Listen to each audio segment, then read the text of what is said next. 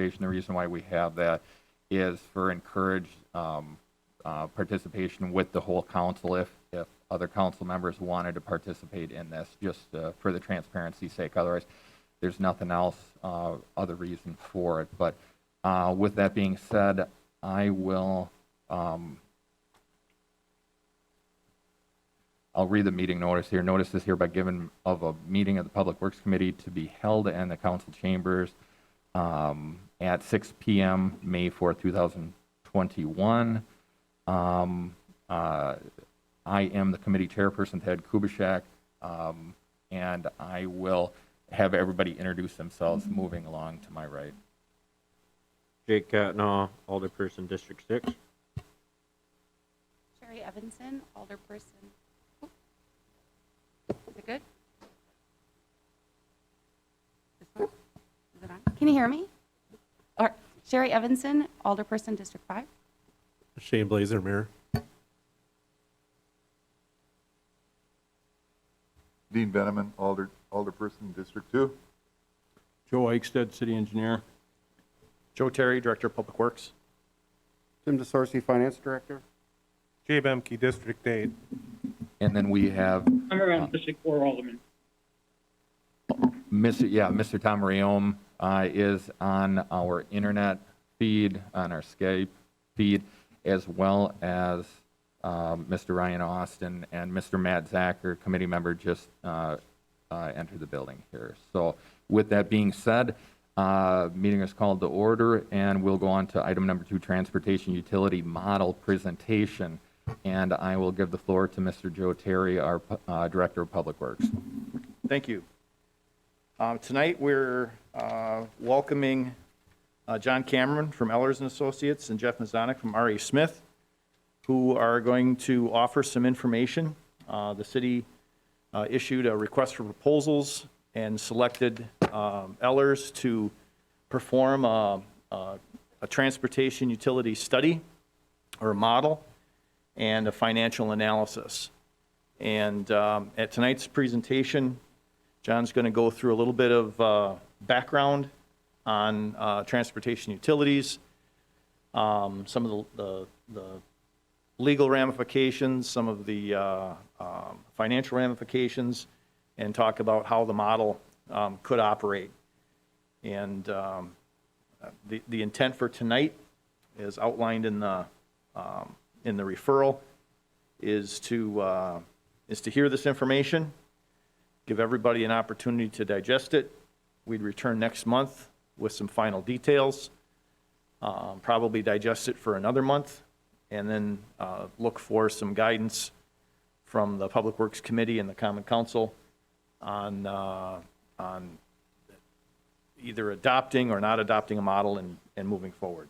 So, John?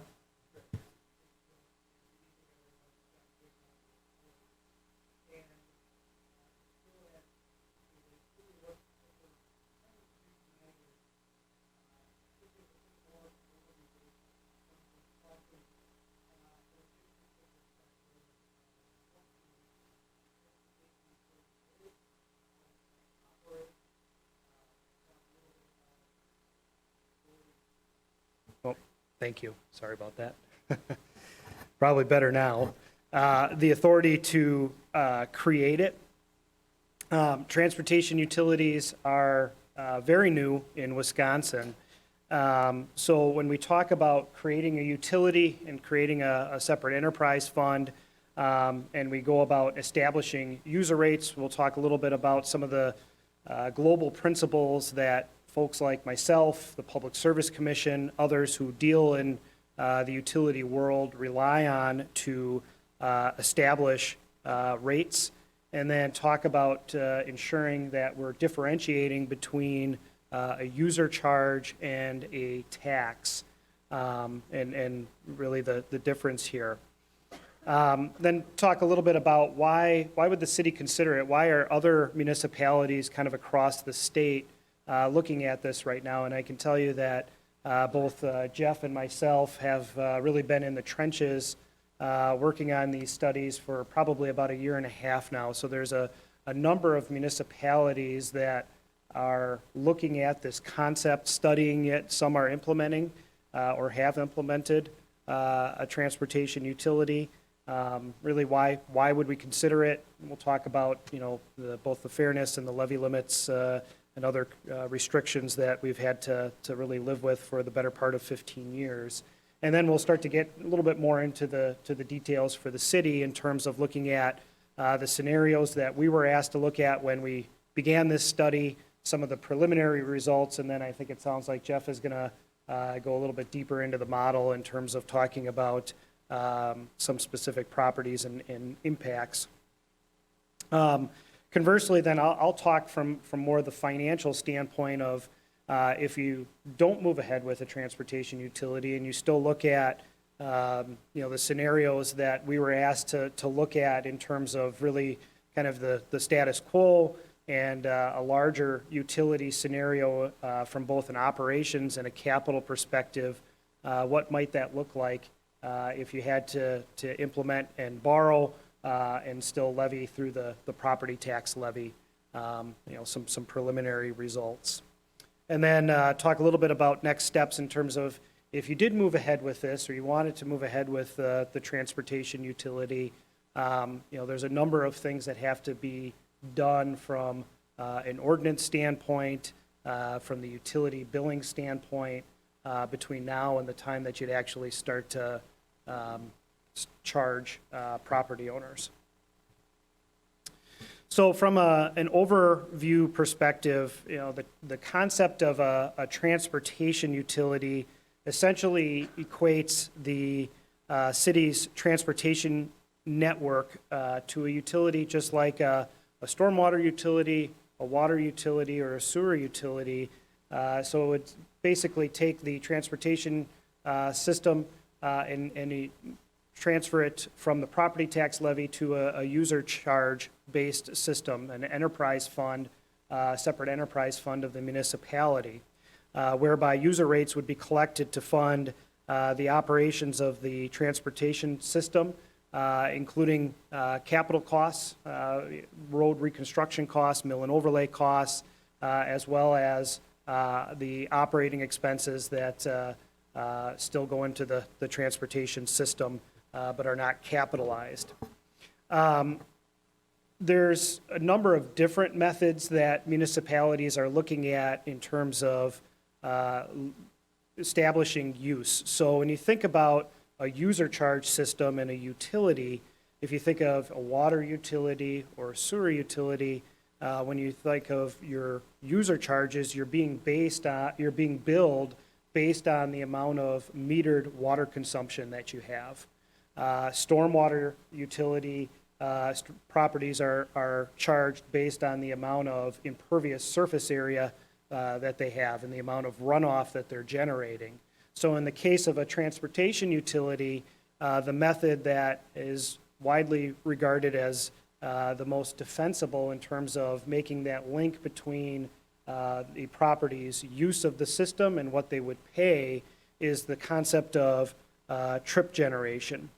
And trip generation has been around for a long time, and I think Jeff and engineers like Jeff and Joe would tell you that, that's really the method that traffic engineers look at to be able to design roads and look at use of roads. But when we talk about user charges, the Institute of Transportation Engineers publishes this very large manual, which is now digitized. Before that, it's 2 very big phone books that has just about any type of property class that you can possibly imagine, and measures the use of that property. So based on the number of trips. So a trip is essentially any time a car enters or leaves a driveway or a point of entrance of a business.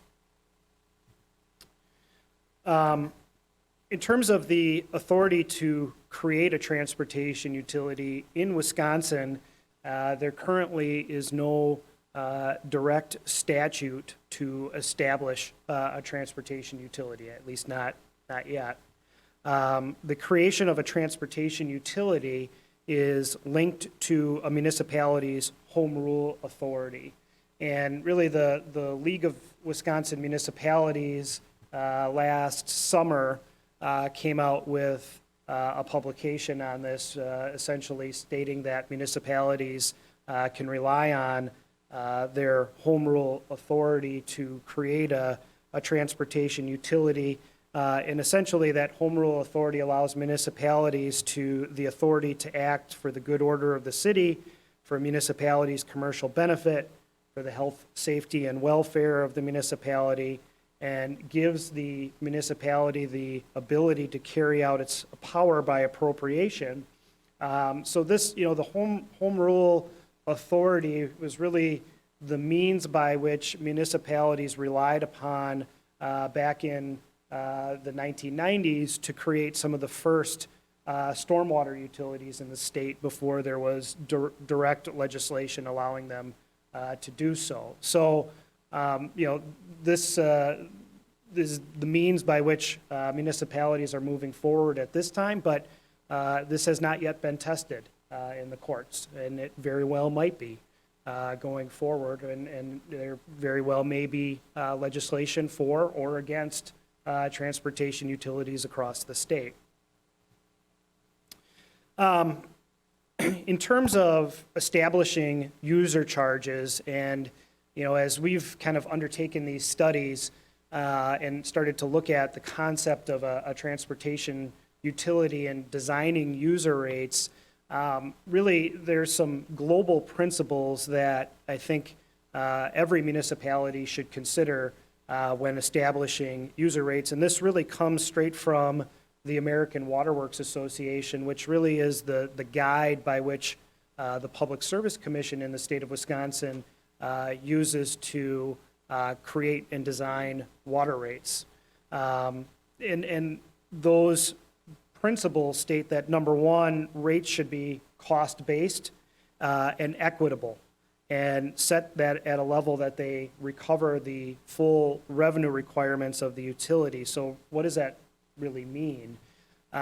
Really, as you're establishing user rates, number one, they should be based on actual or estimated costs. You should have that be fact-based in terms of specific projects from a capital side of things, and specific operating expenses that you actually plan to recover through the utility. Number two, it should be equitable, meaning that it should be fair across all customer classes. And it should recover the full revenue requirements of the utility, meaning that if you're going to go through the process of establishing a user charge and creating a utility as a separate enterprise fund of the municipality, it should be self-sustaining. And those user charges that you generate should be at a level to actually pay for the cost to run the utility. It's no different than a water or sewer utility.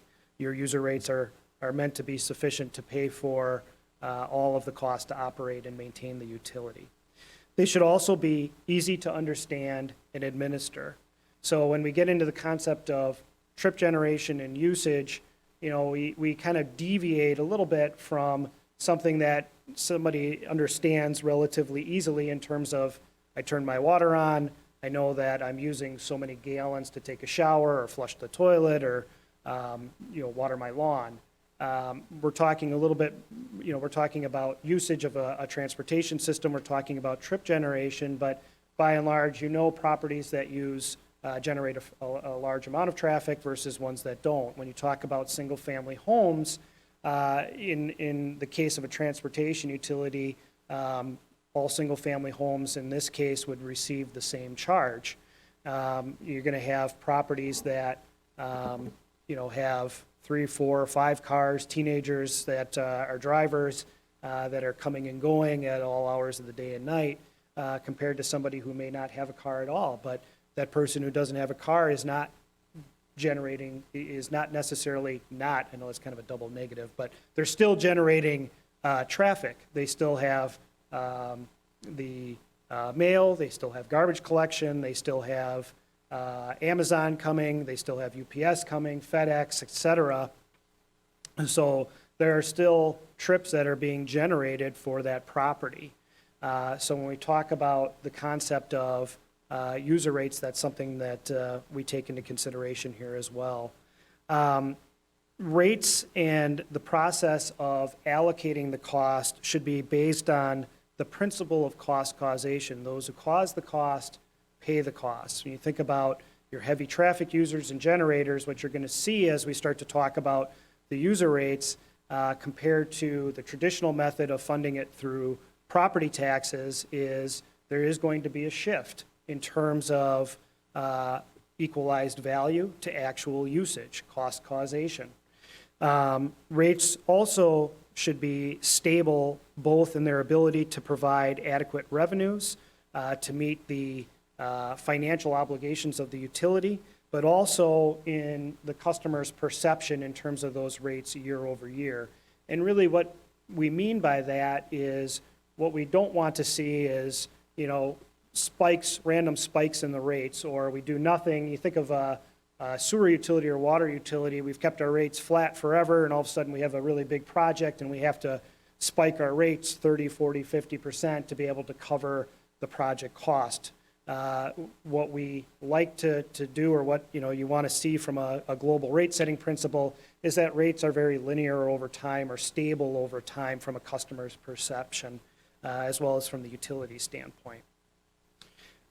So like I mentioned earlier, the League of Municipalities published a publication last June in terms of providing an opinion on the authority to create transportation utilities within Wisconsin. And the article itself did spend a fair amount of time talking about the importance of differentiating between a user charge and a tax. And some of the key takeaways were, number one, if you're going to go through the process of creating a transportation utility, ensure that you're placing your fees in a separate segregated account used only for street maintenance and transportation projects. No different, again, than a water or sewer utility. You're not taking those user charges and using them for library, for example. You're keeping them and using them for water and sewer related costs. Number two, collect fees in the same manner as other utility charges. So, this would have the ability to be billed on the same utility bill as your water or sewer utilities. Number three, ensure the formula for calculating the fees is as accurate as possible.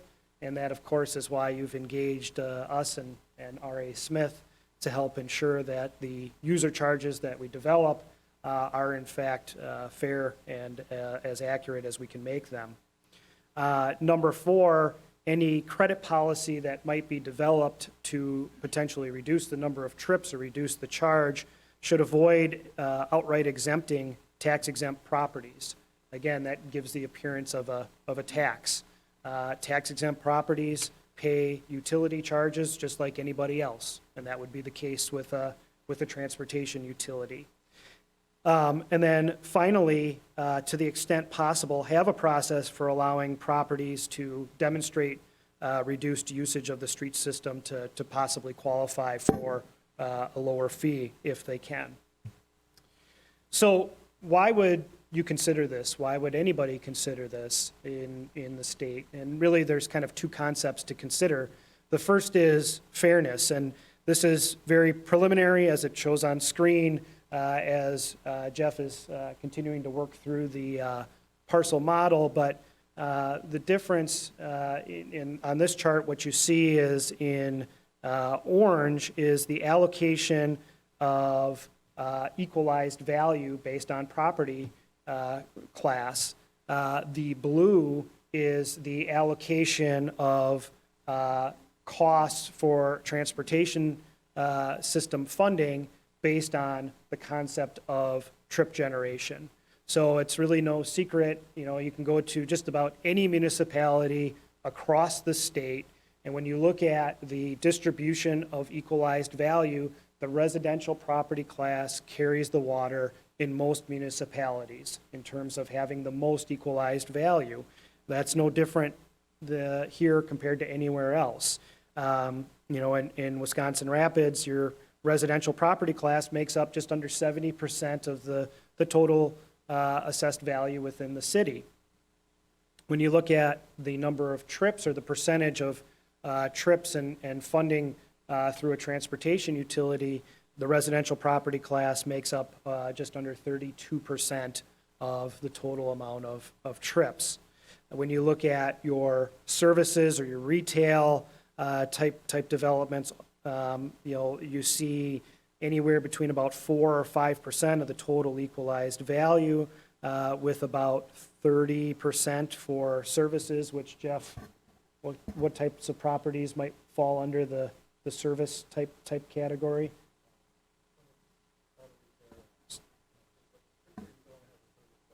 Sure, so like clinics, auto repair type places, et cetera. Retail is relatively straightforward, and you can see the distribution between the amount of value that they have and what they would pay through property taxes versus their representative use of the transportation system. The other reason to consider a transportation utility is the confines of levy limits. We're, like I said, about 15 years into levy limits across the state, and municipalities are only allowed to increase their levy year over year by the percentage increase in net new construction. The exception to that is through the issuance of debt. So municipalities are able to annually increase their levy or decrease their levy, depending on how their debt is either coming off the books or coming on, by whatever their principal and interest payments are for the upcoming year that they need to levy through the property tax levy. So what most municipalities across the state do for funding road projects is issue debt, because through the issuance of debt, you have the ability to raise your levy if you need to be able to pay that debt service. And, that's a formula that communities, not only Wisconsin Rapids, but most all communities look at in terms of funding street reconstruction projects. Here you also levy annually for reconstruction type projects, mill overlay costs, other costs that you do on an annual basis. Those costs, if you would like to say, let's increase, right now we're levying about $1 million a year for operations related costs relative to the transportation system. One of the scenarios we were asked to look at shows a pretty dramatic increase to the amount that would be levied to fund the operations portion of the transportation budget. The only way to do that through the current property tax funding mechanism would be to go to a direct referendum to be able to increase your levy, or conversely, cut services in another area to make room for the additional amount that you would want to levy. In terms of borrowing in the state, all municipalities are limited in terms of the amount that they can borrow on a general obligation basis, and that is no more than 5% of your total equalized value. At the end of 2020, the city was at approximately 46% of its total borrowing limit, with just under 31 million of remaining borrowing capacity. So to kind of take a little bit of a deeper dive here now into the scenarios that we were asked to look at, really in terms of the transportation utility itself, there were 3 scenarios that we were asked to study at the time we were brought on to help with this endeavor. And the 3 scenarios basically varied in terms of the revenue requirement for the utility. When I say revenue requirement, really that's just a phrase for the amount of money we need to collect through user charges. So the first scenario that we were asked to look at would be essentially replacing the city's special assessment revenue that you would generate, essentially doing away with your special assessments on an annual basis for street work and replacing it with transportation utility. And the annual revenue requirement that would encapsulate is approximately $350,000 a year. So first scenario we look at would be recovering $350,000 a year through the transportation utility, doing away with your special assessments going forward. The second scenario would be, and Joe, correct me if this is wrong, but the second scenario would kind of be your current service level. And that would be approximately $2.7 million a year, with that breaking down to about $1 million that you're levying on an annual basis for operations expenses, mill overlay, things that you're not borrowing for, and then about $1.7 million of annual capital expense. And that would be funded wholly through the utility. We'd be generating user charges to the tune of $2.7 million that going forward, you would essentially cash fund the operations and the capital side of the transportation system, and you would not borrow any more for road reconstruction projects. And the third scenario is really an increase to your service level standard to the tune of $5.3 million a year. And that breaks down to $1.8 million in operations expense and $3.5 million in capital expense. So that would be doing more road work, more reconstruction projects than you're currently doing right now. And I don't know, Joe, if you want to expand on that at all in terms of lane miles or anything Sure. like that. Real briefly, that third scenario is what I call the sustainable model. With 150 miles of streets in the city, at the current rate that we're replacing our streets, if we replace a street, it'll be 150 years before we get a chance to touch it again. And I mean, that's so obvious that that's not a sustainable practice. And so we've done some estimation on what we would need to reconstruct versus rehabilitate versus maintain, and map that out for our 150 miles worth of roads, and that's where that last number comes from. So that's, it doesn't necessarily catch us up, but it puts us in a sustainable mode where overall our system won't deteriorate any worse than what it is now. We'd be able to move on in perpetuity, maintaining our street system. Thank you. And then conversely, we looked at two additional scenarios. 4 and 5 would be those same revenue requirements, the 5.3, the 2.7 million.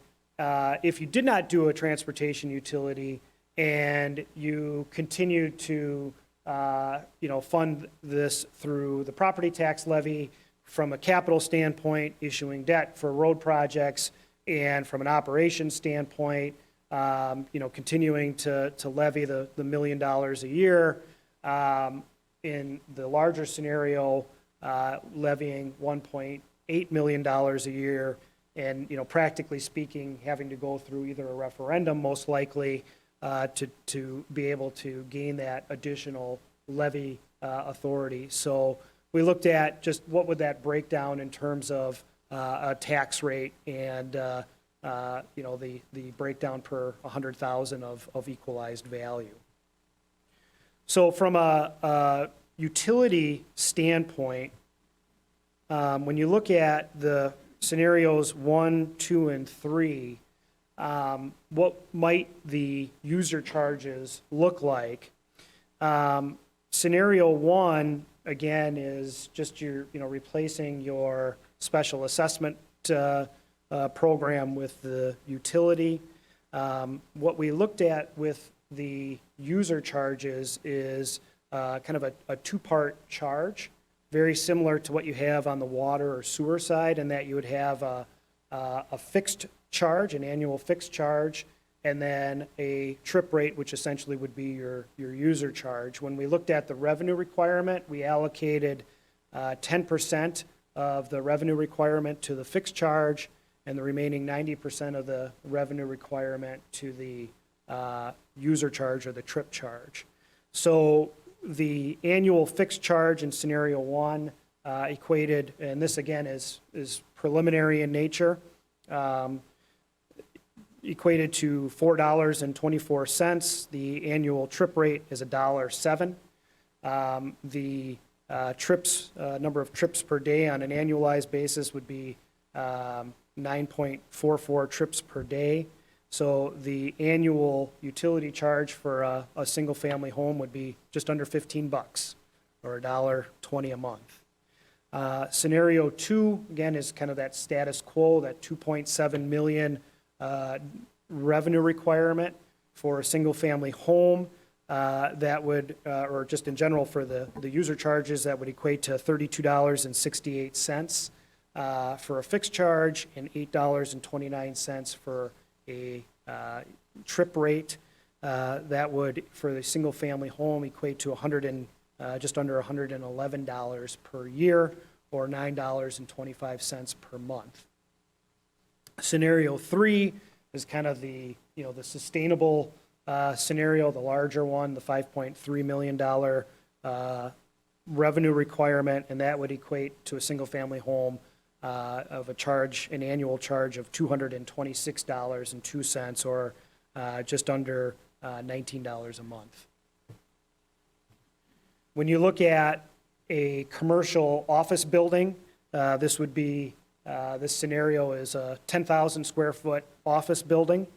You can see scenario one, and this is kind of more on the right-hand side of the screen, the annual charge would be $178 a year, or $14.86 per month, $1,375 for scenario two for an annual charge, or $2,801 for scenario three, which would break down for scenario two to $114.60 a month, or $233.45 per month for the third scenario.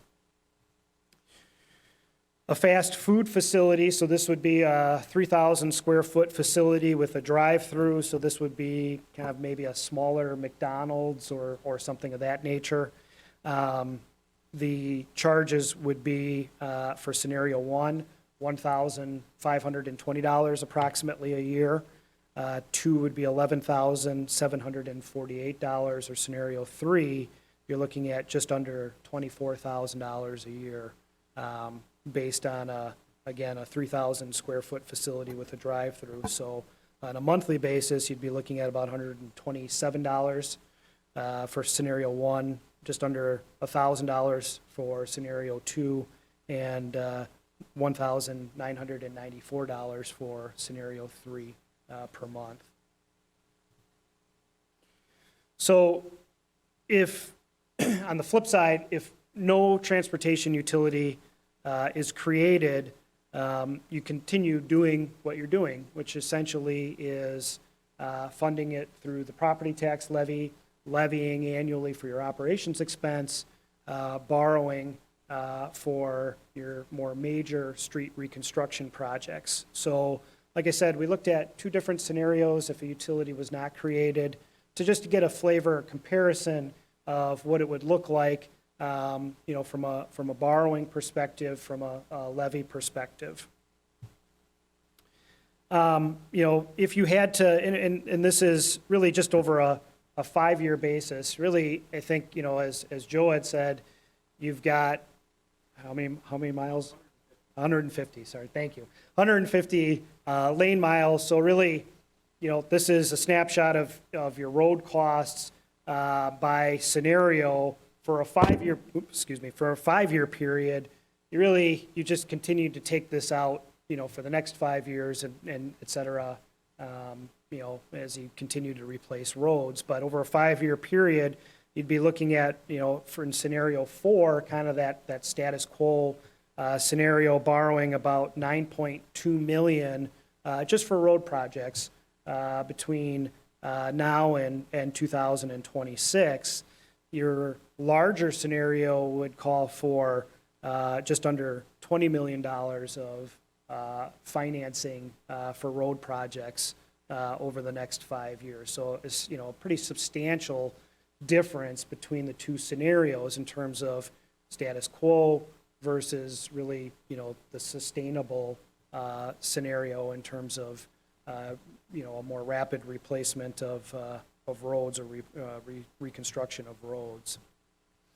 So what we did and is built out 5 years worth of debt issuance, assuming that, road projects would be borrowed roughly over a 10-year period, meaning we're amortizing the debt, paying the debt off over a 10-year period. So what you see, just kind of walking from left to right, is your projected equalized value on a tit-out basis, the estimated total principal and interest payments for, the 5-year CIP. So, really you'd be, borrowing annually for road projects. So over a 5-year period, really from a tax rate perspective, starting with, this current 5-year CIP, you obviously have existing debt that you're paying on, will continue to pay on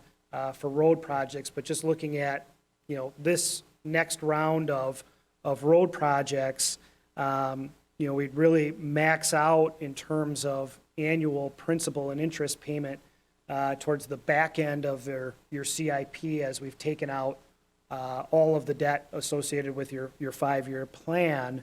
So the max annual principal and interest payment for this 5-year projection at $9.2 million would be just under $1 million a year at $991,000.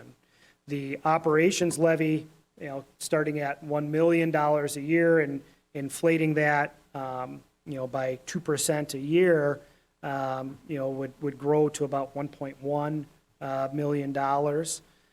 So between what you'd be levying both operationally and for debt, at the end of that 5-year period, you'd be levying about $2.1 million for both operations expense as well as principal and interest on the debt that you would be taking out, which, based on a projection of your equalized value 5 years down the road, would put you at a tax rate for debt of $1, or tax rate for debt plus operations for transportation at $1.78 per thousand.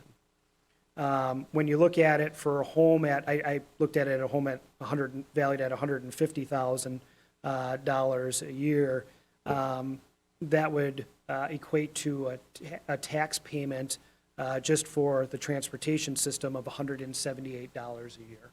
And you could kind of take that tax rate and you could apply it to, a business, a larger home, smaller home in terms of, value standpoint.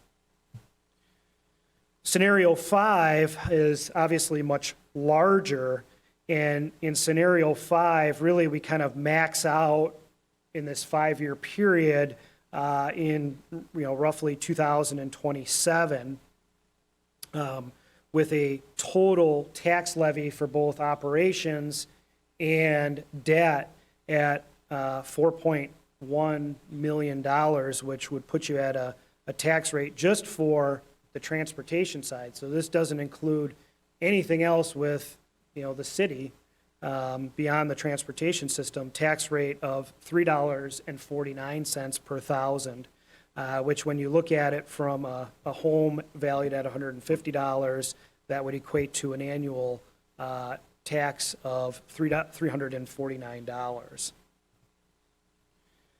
So I know, it's kind of a lot to be exposed to. We'll certainly happy to answer questions, and I know Jeff's going to give an overview of the model itself, so you can see the inner workings of the model. But from a next step standpoint, if you would decide over the coming months that yes, this is something we want to move forward with, there are a number of additional steps that do have to be done between that point and the point that you'd actually start charging through the utility. Number one, picking a scenario, which direction do you want to go? And certainly, I realize that there could be, additional scenarios or modeling that may need to be done, but really, what direction are we going to go? Are we going to just do the special assessments? Are we going to kind of stay status quo, or do we want to start looking at something that would be, as Joe has said, would be more on the sustainable front in terms of road repair and replacement? Number two, then we'd obviously finish our study. But then, more importantly, as you get into implementation, you'd be looking at preparing and adopting an ordinance for the utility, and the ordinance would specify the charges. It would specify how the utility is going to be governed, how appeals would be handled. Is it going to go through the Board of Public Works? Is it going to come through finance? Is it going to go through just the general common council? Those are all items to be considered through the ordinance, as well as whether you'd consider any sort of credit policy. And then certainly, last but definitely not least in all this is community outreach, because this is new. This is something that is relatively new across the state, and it does take a fair amount of outreach in terms of understanding what it is, what we're doing, why we're doing it, and what it means for different folks. So that's all part of the process. So with that, I don't know if we want to stop and answer questions here, if you want Jeff to come up,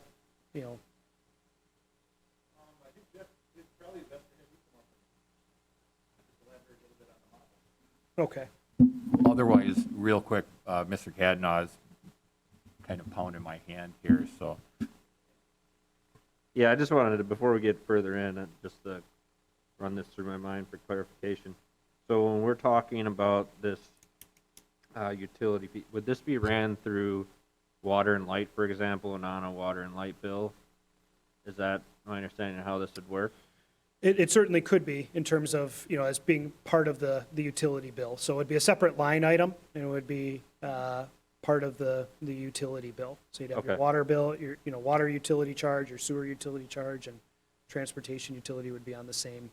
Now, are all customers going to see that charge, or would it only be Wisconsin Rapids customers? It would only be customers within Rapids. Okay. And my thoughts on that, I wish this was being discussed more at a county level, because in a lot of different scenarios, Rapids, we seem to be footing the bill here for the rest of the people who live in this area in the county.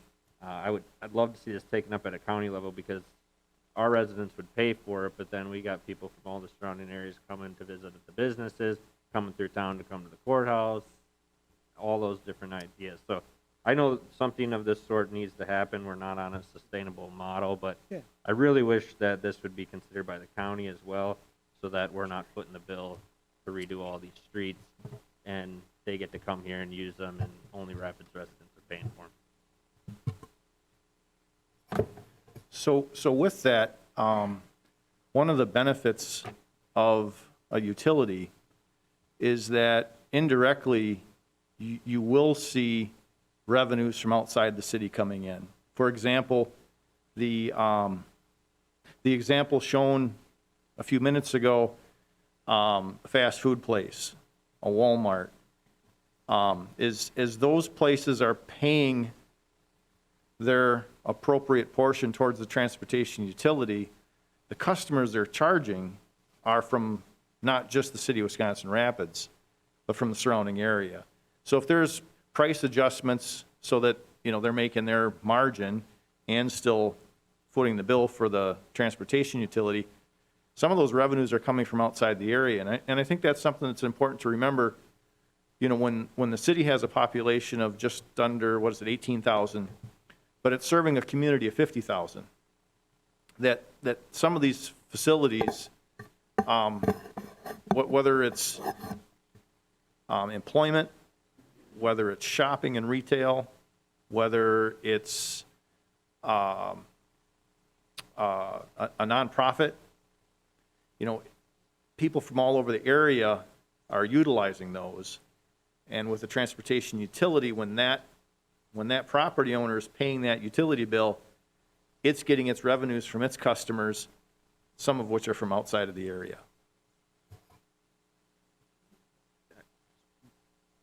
Yeah, I understand that, but it would be the same for those businesses, whether someone from out of town came or not. I mean, the tax or fee is gonna be what it is no matter what, correct? Right, but the principle of it is that, right now, approximately 60-some% is being paid by City of Wisconsin Rapids residential property owners. None of it's, or very little, is being paid by some of the larger traffic generators, right? Because even with a lot of commercial manufacturing, there's loopholes that they've successfully created over the years to get out of paying property taxes, which is why the majority of the burden lies on the residential property taxpayer. The beauty of a utility is that every property should be paying based on their actual use, and then therefore, the deterioration of the roads because of that use. So that's kind of the differential there. So with a single-family home, will they be coming out better in this scenario than if we were to continue with the current model? Because on all those scenarios, I just seen an increase in taxes for what appeared to be a single-family home. So are they coming out better in that they're getting access to better roads? Or if someone could explain it to me, because I understand the businesses paying their part, which they're not now, but it seems like single families are going to be, are they coming out better or not, I guess is my question.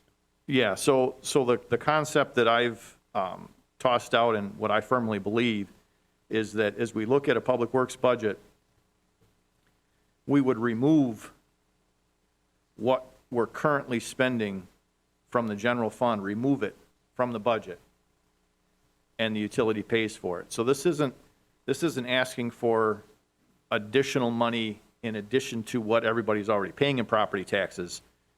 The utility replaces that. And so in the graph that was up here a little bit ago, that property tax burden that's being covered 66% by the residential property owner gets reduced to 35%. And I think some of Jeff's modeling will clarify that a little bit further. And when we get the details complete, because they're still working on, the residential class is pretty easy. It's everything else that takes all the time. So I think, Jeff, Sure. if you get into that, or when he does, I think it'll answer some of those questions. Yeah, thanks, Okay. Joe. Yeah, thank you. I'd like to see, especially in the public outreach, if there's a side-by-side on what they're paying now and how we're going to adjust those numbers to what they could possibly be paying. Thank you. Yeah, thanks, Joe. John, I'm Jeff Mazonik with R.I. Smith, and I think one thing was that what John presented there was based on, I believe, $100,000 assessed value single-family home, and, with taxes, of course, if it's a $300,000 value single-family home, they'd be paying triple that. But with the user charge basis, they'd be paying the same rate on it. So he wasn't looking at a net cost impact. He was looking at just that scenario on it. When we go forward, we can do kind of a side-by-side net cost comparison. I think that'll help on it. But what I wanted to do was kind of not get too detailed, but I wanted to give you an idea of what this model is developed from on it. And what we did was we worked with your staff and with the great assistance of the city's assessor, actually got a database that has all the parcels in the city in it, and a lot of good information with it. And we've created a spreadsheet from that. And as John was saying, for every property, then we've identified the function of that property. It's a single-family home, or is it an industrial property, or is it a retail or whatever on it. And we assigned a code, and what you see on the spreadsheet is a list. There's about 250 of these land use codes in the Institute of Transportation Engineers trip generation statistics. And we're using average weekday trips generated per type of property for some scale unit. So on my spreadsheet, I can make it a little bit bigger so that I can read it.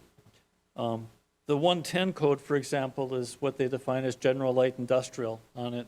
And what this is telling me is that on the basis of 1,000 square feet, it generates on an average weekday just under 5 trips. And again, John said before that a trip is when a vehicle enters the property or when it leaves the property. You left home to come here tonight, that was 1 trip. When you return, that's a second trip on it. And so what that means is that if it's a 10,000 square foot industrial property, we would take that 10 thousands of square feet times 4.96, and that property with that use at that size would be generating just under 50 trips on an average weekday. By comparison or contrast, John used the single-family home example, and that number is 9.44 trips on an average weekday. But to get down to some of the service type properties, as John mentioned, if you're looking at a fast food restaurant with a drive-through window, you're looking at something more like 470 trips per 1,000 square feet on it. So the whole concept here is to look at each property and determine the relative number of trips it generates compared to all the trips in the city on an average weekday. In the same way that for stormwater, you look at impervious area of a property compared to all the impervious area in the city and prorate it that way. And then as Joe said, every property in the city is assessed on its number of trips. So there are some properties that don't generate trips if they're undeveloped. If it's, in a condo development, you'll have all the condos in the common area around them. That's not counted. Parking lots aren't included because they don't generate the trips. It's the property adjacent to them that you're traveling to that generates the trips. But the way that works is then for every property in the city, we have a line, and the line shows the parcel ID. It shows the owner name, site address, information we have on the kind of use, the assessed value of the property, the size of the light, your zoning, land use type definitions, the building area. Quoted this one as an industrial property. We know that it's 1.28 thousand square feet or 1,280 square feet, and that calculates out to 6 trips on it. As we do the database, we identify where we're getting the information so we can follow up with it later and review it. And we identify notes and questions and what's going on there and how that works. So for every property, we're using that data and then we're rolling it up into the summary sheet. And on the left here, you're seeing each of those different kinds, sticking with industrial, and I can make this bigger. There we go. So for industrial, so far, we've identified 28 properties for a total of 3,200 trips. And again, these are preliminary numbers. The model's not done yet. So we're still identifying. And then that correlates down through all the different types of uses that are identified for properties in the city and then rolled up. When that's all rolled up, then from one more level, we come up with a total number of properties or accounts in the city, different variations on them. We come up with the total number of trips. There are some adjustments to account for golf courses that don't generate trips in the winter, right? Seasonal impacts or K-12 schools that have at least significantly reduced use in the summertime. So we're trying to calibrate the model to reality as we go with it. We come up with a number of assigned trips. And then in John's scenario 2 or 3, one of them, the target budget was $2.7 million per year. So just running that number here with the data we have, that generates an annual base charge and then a cost per trip per average weekday.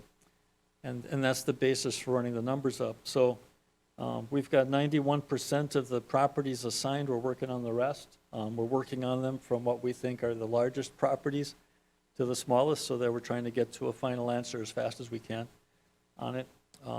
That all breaks down into a table. And I threw John a bit of a curve before when he noted on the bar chart that the residential properties are 31% of, again, this goes back to which sector or which land use category, but how their payment would compare based on trips they generate, plus the base charge, the user fee, compared to property tax. This is where that number comes from, where the residential types of properties in the community, and that includes single-family homes and multifamily and anything of residential use, account for 2/3 of your assessed value And actually 24% of actual trips, but based on the user charge model, 31% of the transportation user charge system cost. Okay, so that's where that comes from. So, you know, indeed, it does. You can see the graphic that John put up. Make that look a little better. And you can see that difference. Now, that doesn't come for free. The substantial reduction in cost to the residential properties has to be offset somewhere. And, you know, again, this is the deal where we're talking about assigning cost based on trips it generates, so it does indeed do that. And so you'll see, like in the services types of land uses, that the portion of property taxes they pay is in the 4% range. But on a trip basis, it's more like 30%. And again, this isn't final. I think that 4% is likely to grow, but that's, and with retail, it would triple. Office, medical, industrial actually tends to go the other way. Industrial properties don't tend to generate a huge number of trips.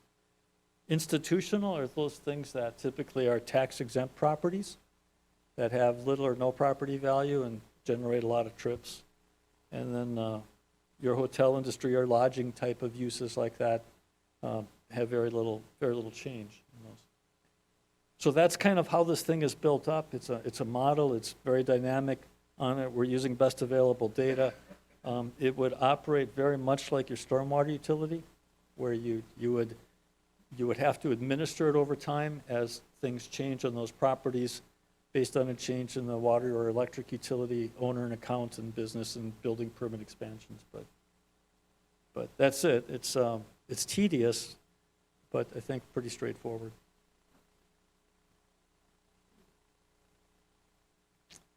Did that answer your question a little better, sir? Yeah, so overviewing this chart, it looks like residential would be cut in about half, picked up by service industry and retail. Would make the difference mostly there. Yeah, and what I've seen so far, I'm working on 8 of these currently, and typically we're seeing the tax-exempt properties, including the city itself, end up picking up between 5 and 8 or 9% of the total. It varies city by city, obviously, with it. So that impact is there as well. And just like City Hall pays a water bill, City Hall would pay a transportation user charge too. Is there anybody else on the council or the committee that wants to ask any questions of either of our 2 guests at all, or any comments or anything? Dean? Yeah, I do. I don't know if this is to the 2 guests, or maybe even Joe can answer this. In scenario number 1, where we're just removing the special assessments to 350,000, is the scenario number 2 include that 350,000 number in the 2.7 million? It does, yes. That's what I figured. I just assumed that. Yeah. Okay. Anybody else? Mr. Rayom, out in internet world, do you have any questions, comments? Not at the present time. I'm digesting that. It's something that's been of issue of mine for a long time, to try to see how we can, if there's any way we can change from the assessment fee structure that we have. I think we have a start here of where to go, or what to look at anyway, from my point. It's been a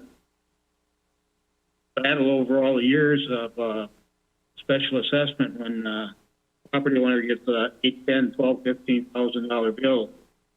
Just like that, there was a different way to do things. Obviously, where does the money all come from? So it's something that I think to look at. I think Joe originally said here was go over the presentation. I guess if there are a few questions, ask them. Digest this for a month.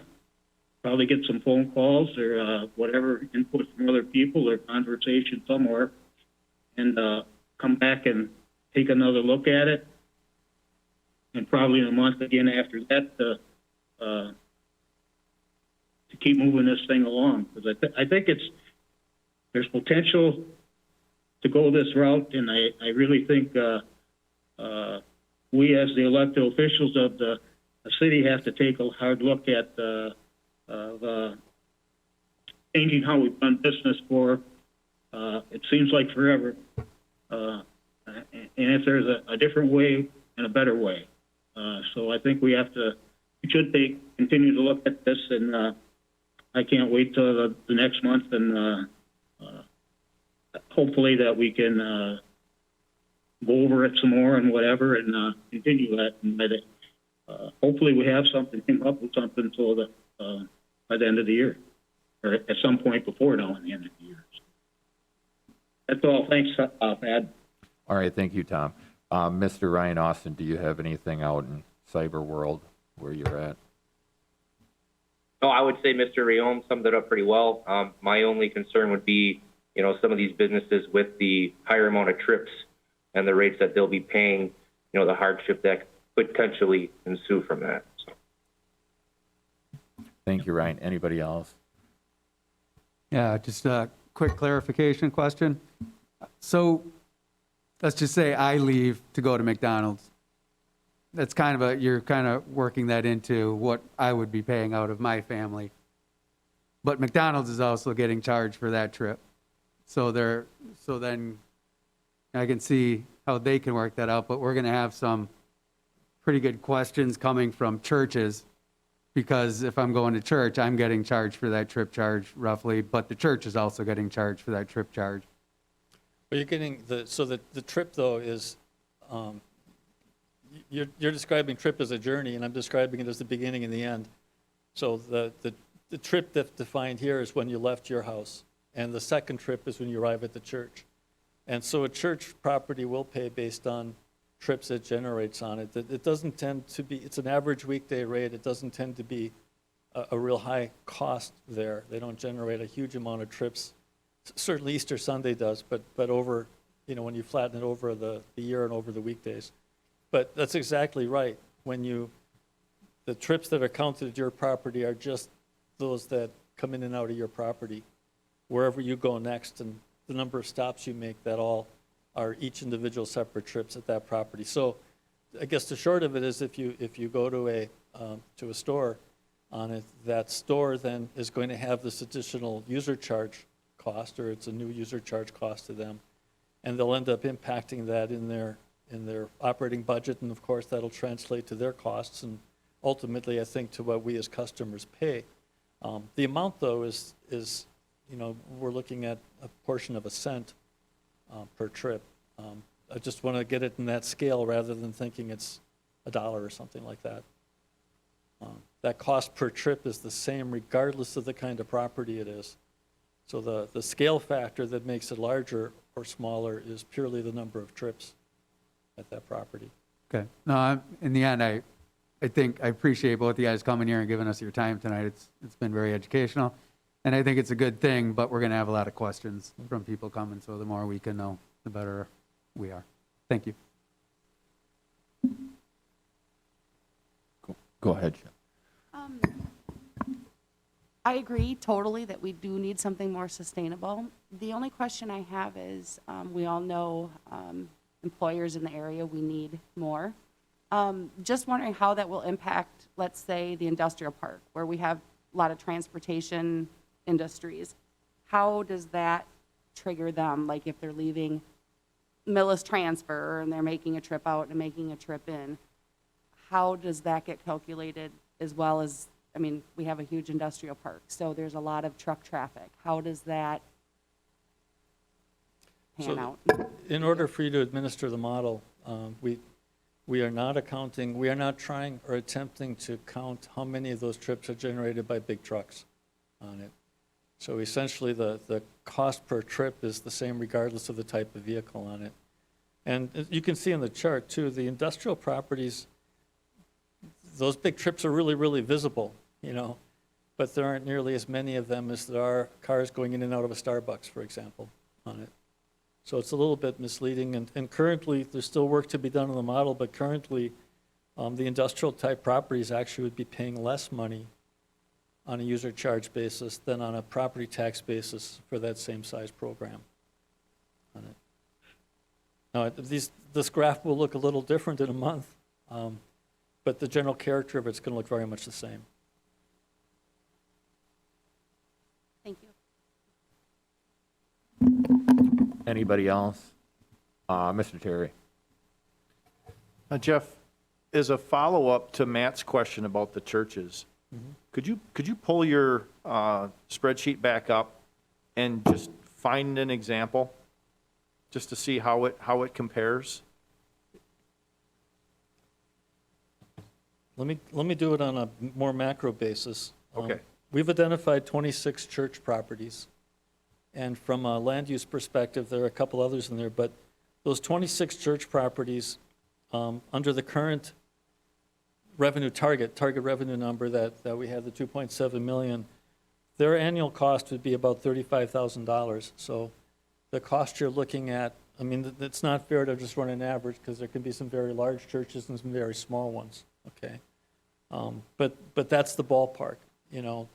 So I think if you were thinking in terms of $1,000 a year, that would be a bit of a upside for a typical church, you know. But that's kind of where the, well, there's 36,000, there's currently in the model, there are 26 properties with church uses, and about 35,000, and so that's 30, 35, 20, it's, 1,400 or so in that ballpark. But again, there's a wide range in sizes of churches, too.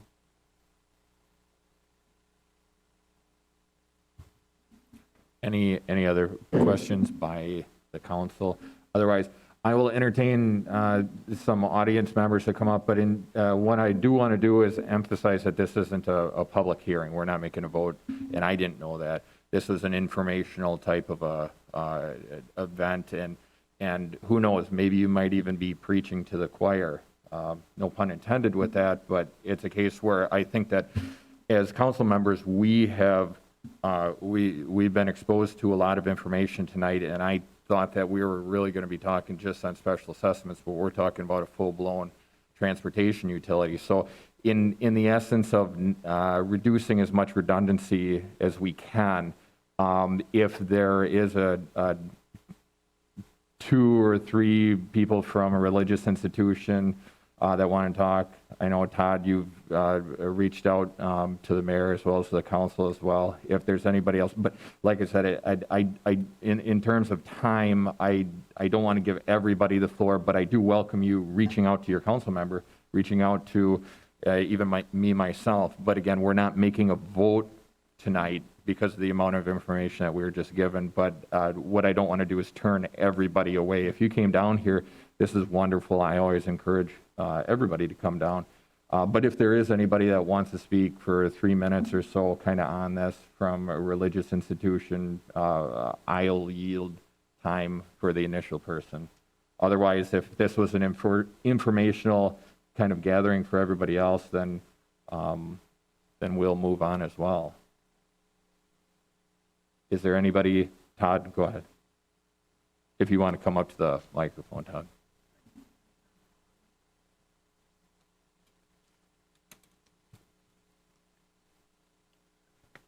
Thank you for allowing me to speak, and thank you for the information that was given to the city tonight.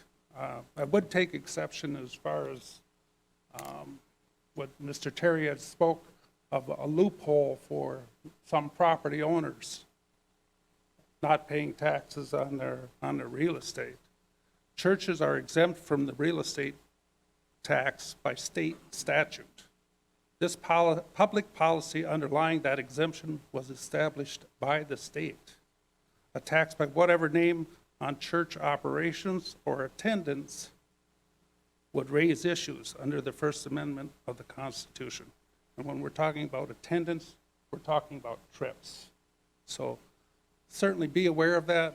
I hope citizens of Wisconsin Rapids would be aware of that what this does in effect, if it is implemented on churches or nonprofits, you're taxing people, taxing churches by the amount of people sitting in the pews.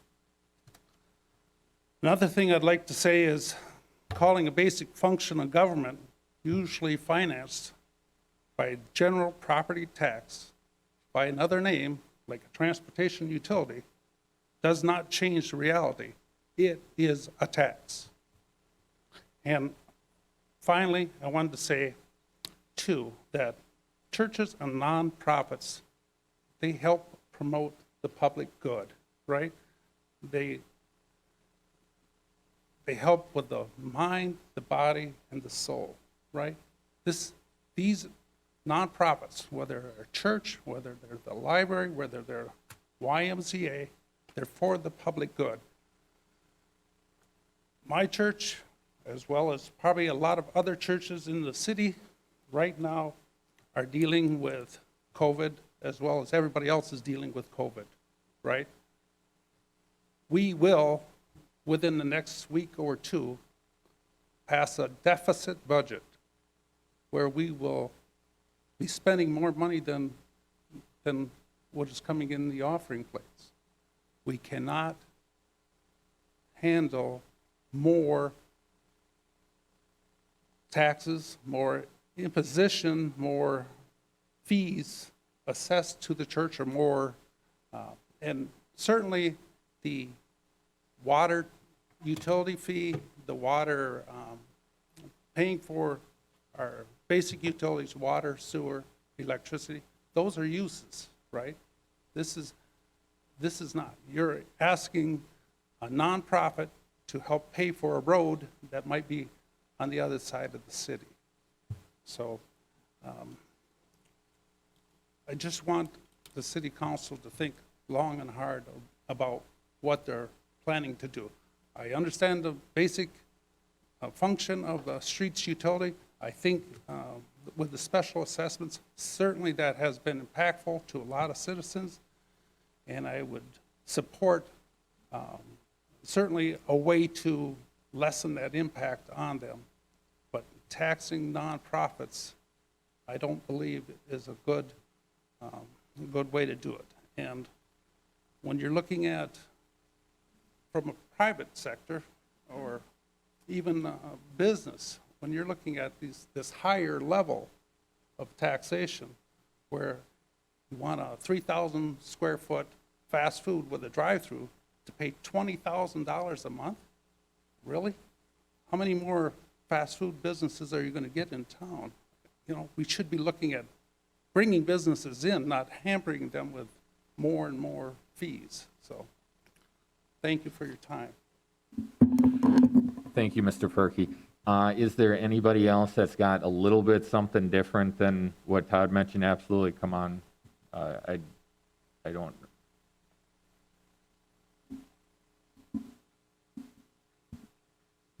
Thank you for allowing the opportunity to speak briefly here. I think Mr. Perky says a lot of same feelings that we would have as the YMCA and representing other nonprofits in our community. The thing I'd add is one of the next steps that I've seen in the information is public input. And I think one suggestion I would have is I think it would be imperative for city staff and or council members to actually be working with the various groups and sectors, business sectors, to better understand that. Some of the terminology I heard used tonight I think is very ambiguous, and I would look for clear definitions of what that would mean, because it could have different impacts on what you're thinking of calculating for revenue, but also what that would mean for us in terms of impact on our businesses and the people that we serve. So I would highly encourage that is not just some sort of central meeting, but there's actually being work done with those sectors to get a bit deeper understanding and communication back and forth. And the last thing I would add is that, you know, again, as nonprofits, you know, it would be easy to say that all Walmart or fast food or other like businesses would be able to pass those fees right on to their customers. For a business like ours, we provide subsidies. We're providing reduced rates, and as a result, to be affordable for all. So it's not something we can simply just pass on to our consumers when we factor that in. So there is a lot to unwrap with this and take a look at it. So especially when we're talking about using the terms fair and equitable. And so I would just thank you for your time. Thank you. Absolutely.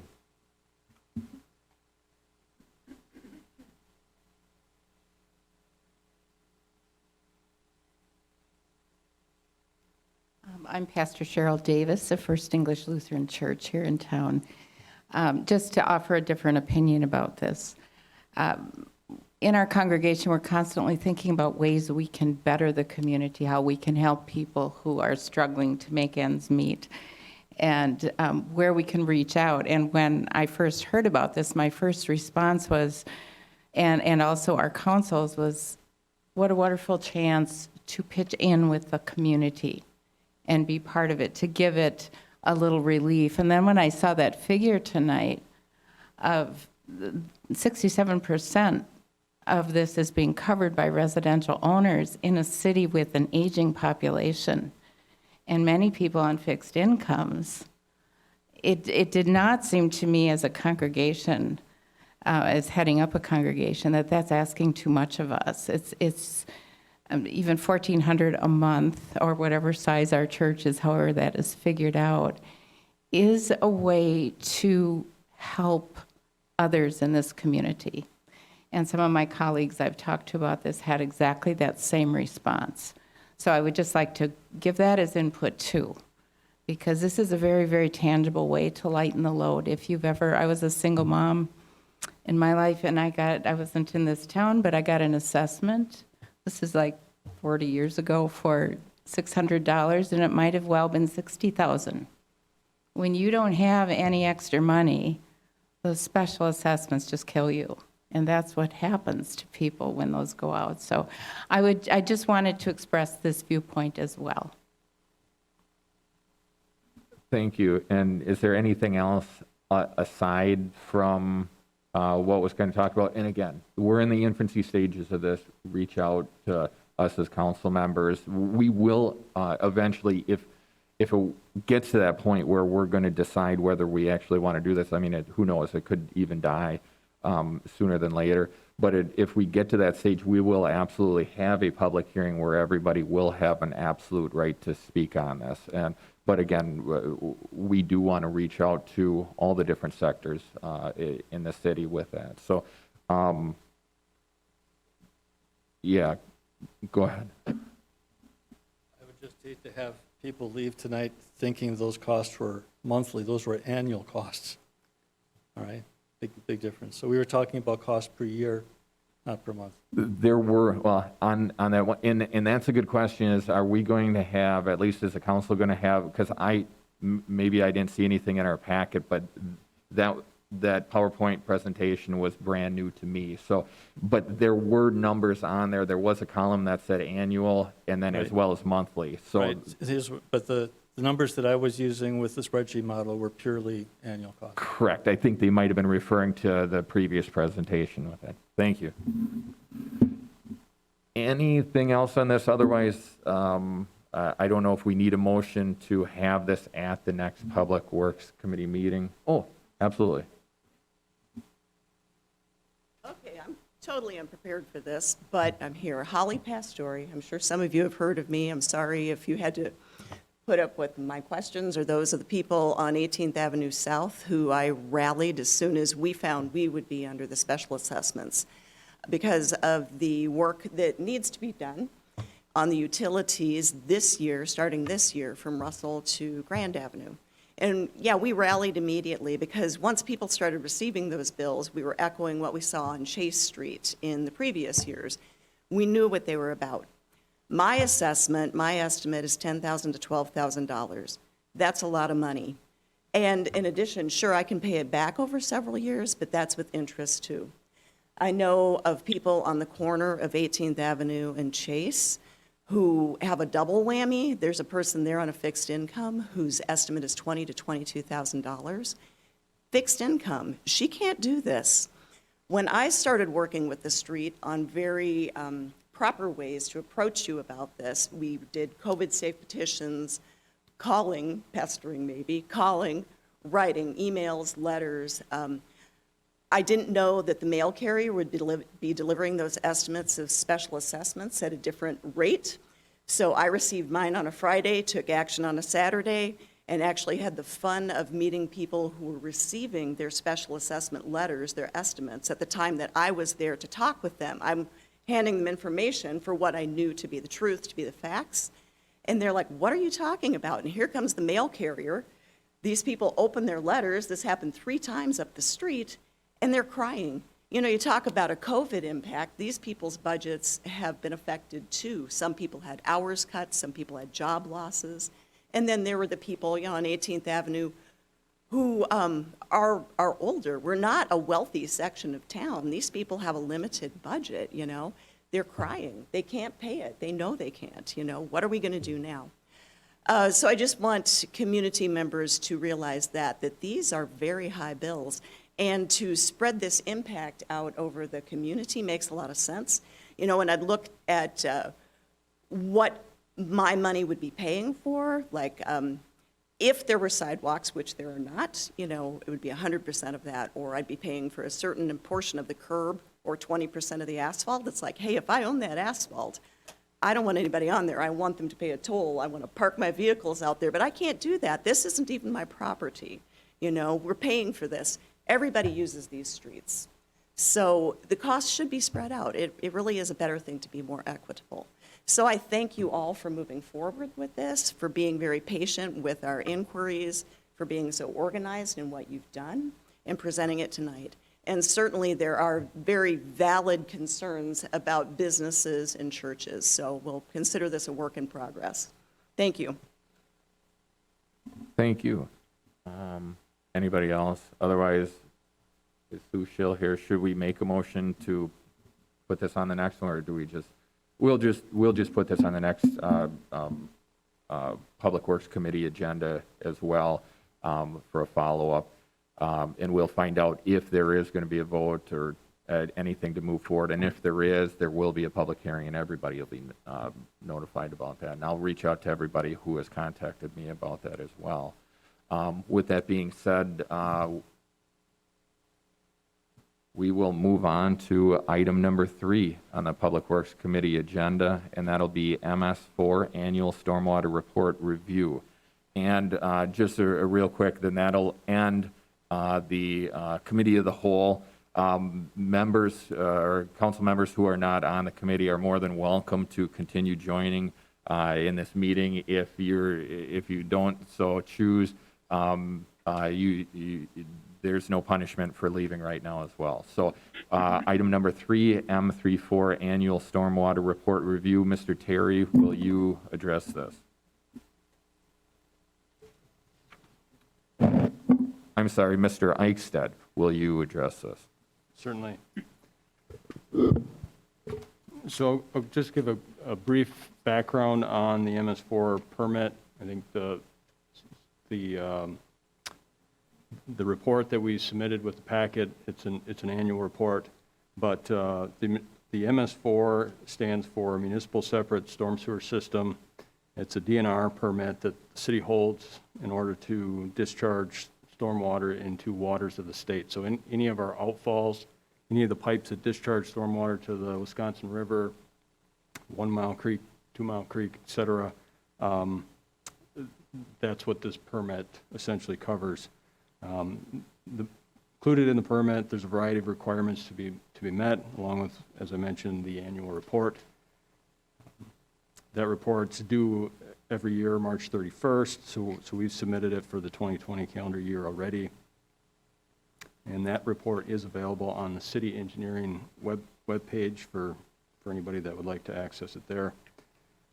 The permit focuses on a variety of different management programs, public education and outreach, illicit discharge and elimination, construction site pollutant control, post-construction stormwater management, pollution prevention.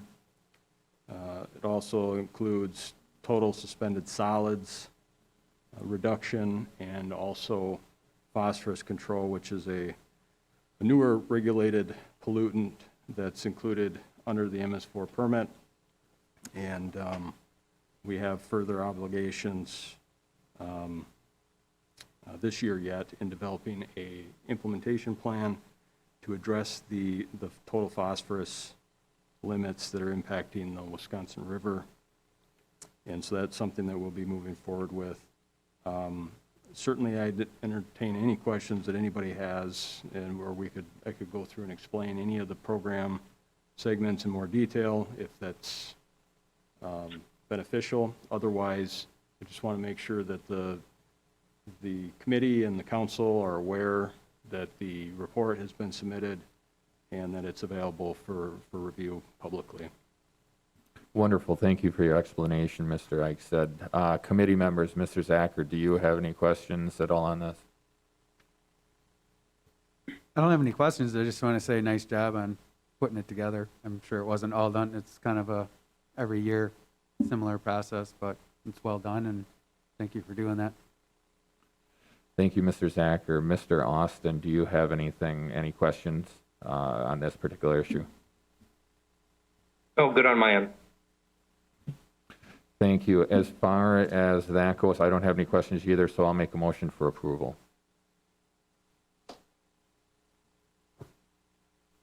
So then I'll need a second. So Mr. Zacher, either you, if we so choose to move forward, either a second by you or a second by Mr. Austin. I'll second. There's a motion on the floor by Kubiszak, second by Mr. Zacher. Any further questions? Were there any other questions, discussion on this particular issue? All those in favor say aye. Aye. Aye. Opposed? Ayes have it, 3-0. We'll move on to item number 4.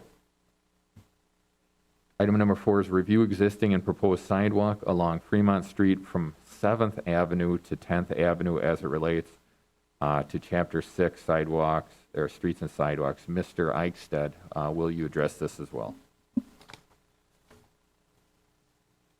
So Fremont Street from 7th Avenue to 10th Avenue is a scheduled reconstruction project for 2022, and so we're currently underway with design of that roadway. And wanted to bring it into the committee for determination on the existing or proposed sidewalk on that corridor in the future with the road project. Currently, there's existing sidewalk on the south side between 8th Avenue and 10th Avenue, and then less than 50% existing on the south side between 7th and 8th Avenue. There are no sidewalks, existing sidewalks on the north side of Fremont Street, which is the Corenzo, I believe it's Corenzo property, for the entire 3-block stretch. I did include what the ordinance states, which is any collector streets that are classified as a collector or arterial, which Fremont Street is a collector street, that they would have sidewalk installed. And so it doesn't differentiate between sidewalk on one side of the street or sidewalk on both sides. Certainly it's not a high pedestrian route in either case. But the options, I guess, before the committee would potentially be sidewalk on both sides of Fremont Street, or perhaps sidewalk only on the south side of Fremont Street to complete what's existing, or mostly existing. And there's pros and cons of having sidewalk on one side versus both sides. Thank you, Mr. Eichstadt. I looked at it as well, and I've got a couple of comments, but I'll go with ahead with committee members first. Mr. Zach, do you got any questions, concerns with this? So the reason it has what it has now is just, that's what happened years ago. There's no reason for it not to have the sidewalk? Yeah, as far as we can tell, I'm not sure exactly how it got built out that way.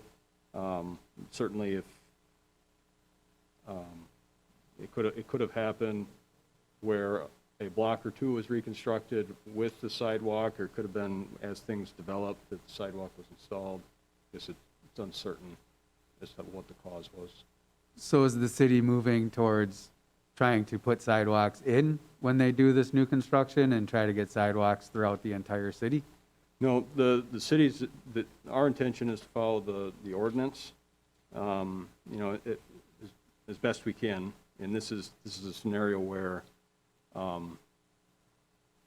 what's existing doesn't necessarily match what we've done, I guess, in recent years.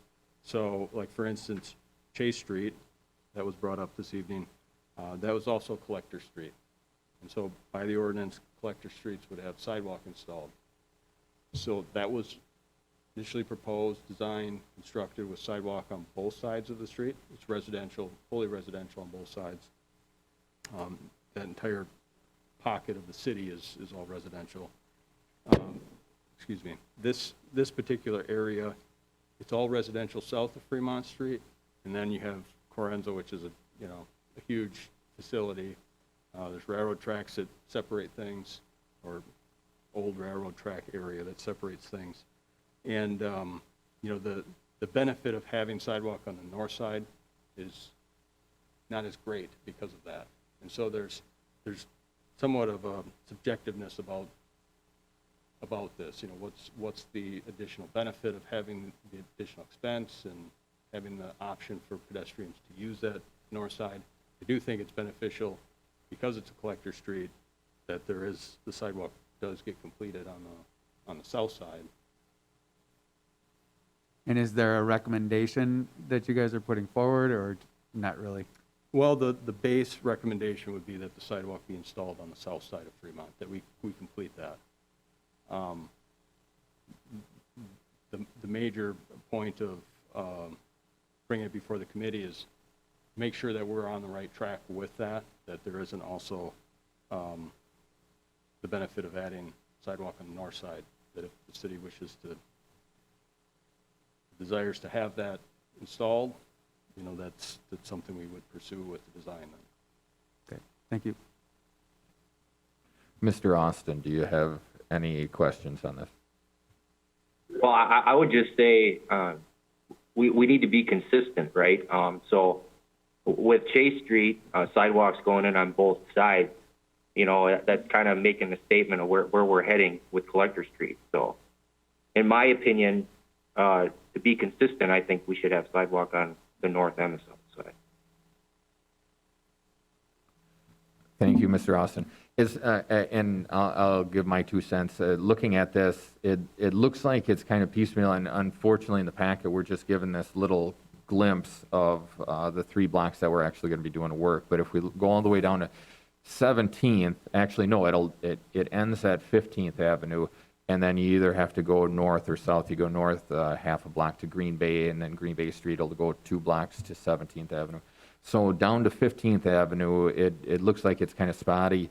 But as far as in this particular view of where we're going to be doing the project, we do have St. Lawrence Church there, and there might be some walking activity. But from what I gather, and this is a question that I've got for you, Joe, maybe other Joe too, in terms of what I'm almost hearing is that there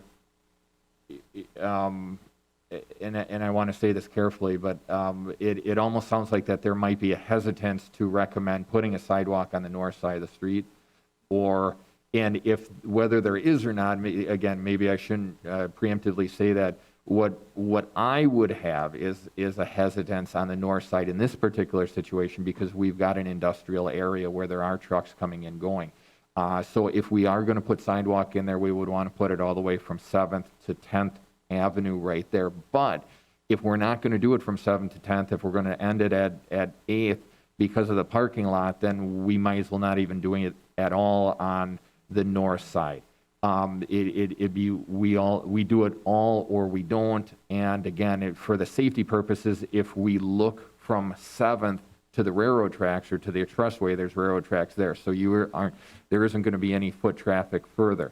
So if it's a case where we've got the sidewalk on the south side of the road from 8th to 7th, that should be able to take the pedestrian traffic where there would be any route, because it's private property north of that. So I would be inclined to vacate the idea of having sidewalk on the north side and just have it on the south side for that reason. Yeah, Mr. Chairperson, that's the exact reason why we brought this to the committee today, is for that reason. It was omitted in the past for a reason. We looked at it and had the same purview as you just explained, and that's why we wanted to, otherwise we would have just put it in, right? That's the standard. Those are the principles that we generally act, but for the same reasons you explained is why we questioned it in the design process and felt that it deserved consideration at the committee level. That being said, committee, what is, absolutely, Mr. Zach, yeah, we've got, calling you as many times as necessary. Thank you. Is there a sidewalk on that north side? Is there a sidewalk up to then and on both sides? Would it just end there and then start again after those 3 blocks? If we didn't put it in? Did I say that right?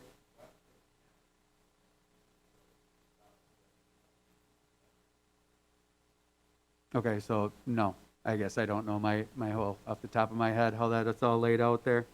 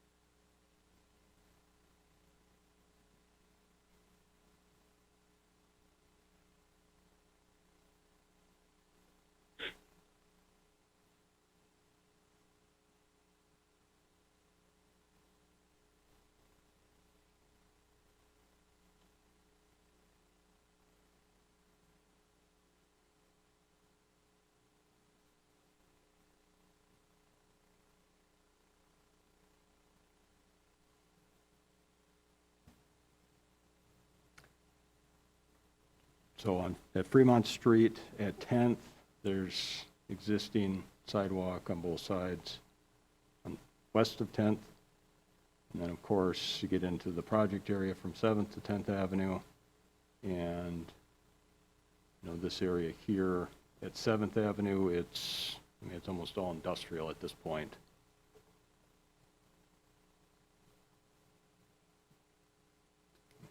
I think that helps me be able to see it. Thank you for doing that. So, and my understanding, again, from an understanding, Joe, is that you don't think it's necessary. There's a reason it wasn't there, and it doesn't seem to need to go back there for any reason. Thanks. Mr. Austin, do you have anything with further discussion here? No, I mean, I understand it's basically industrial with the Coro Enzo there, but I'm just stating on a fact of being consistent. Some people might look at it as maybe doing favors for a business, letting them off the hook on something like that. So I just wanted to bring that to light.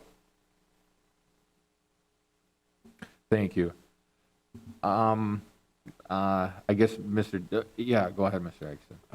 Just on that topic, just to add a bit of perspective although this industry doesn't fall within an industrial park of the city, that the industrial parks in the city are I guess, exempt from, there's no sidewalk, there's no curb and gutter on some of the streets, concrete driveway approaches for the industrial parks. There's certain regulations that change for industry that's in the industrial parks.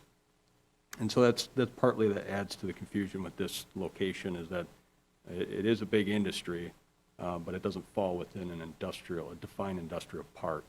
So just wanted to add that to the conversation. Thank you. Is there anybody else, council members present, that have any questions, concerns, or anything?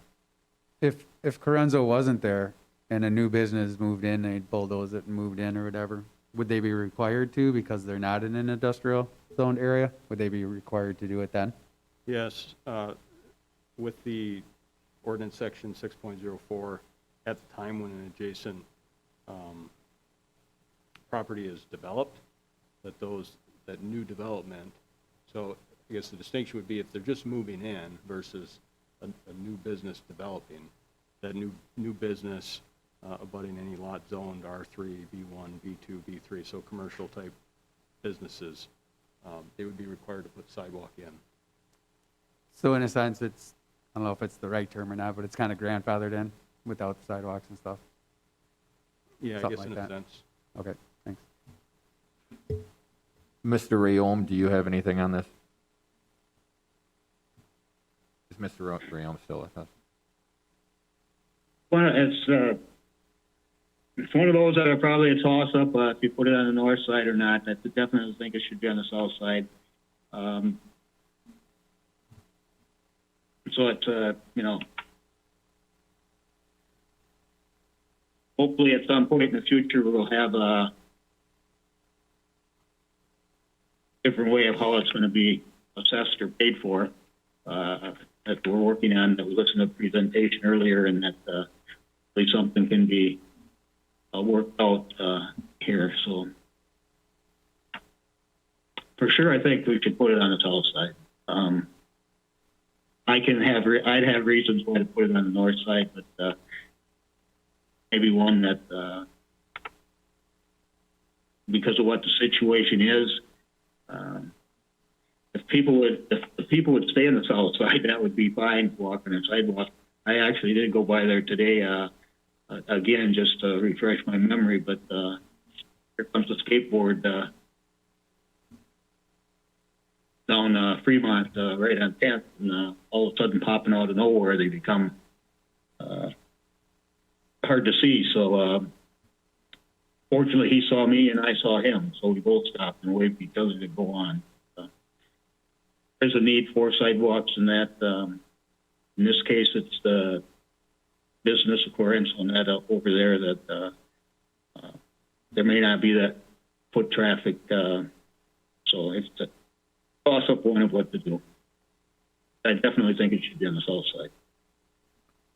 All right, thank you, Tom. I guess for clarification, Mr. Exeter, Mr. Terry, what do you see us needing if we made a motion for just the south side so that we are not necessarily violating our own code, or how do we want to proceed if that is if I make a motion right now to approve south side only sidewalk, is there anything more that you guys need with that, or is that just the motion that you need? That would be all we would need. If there were no action, we would design it with sidewalk on both sides.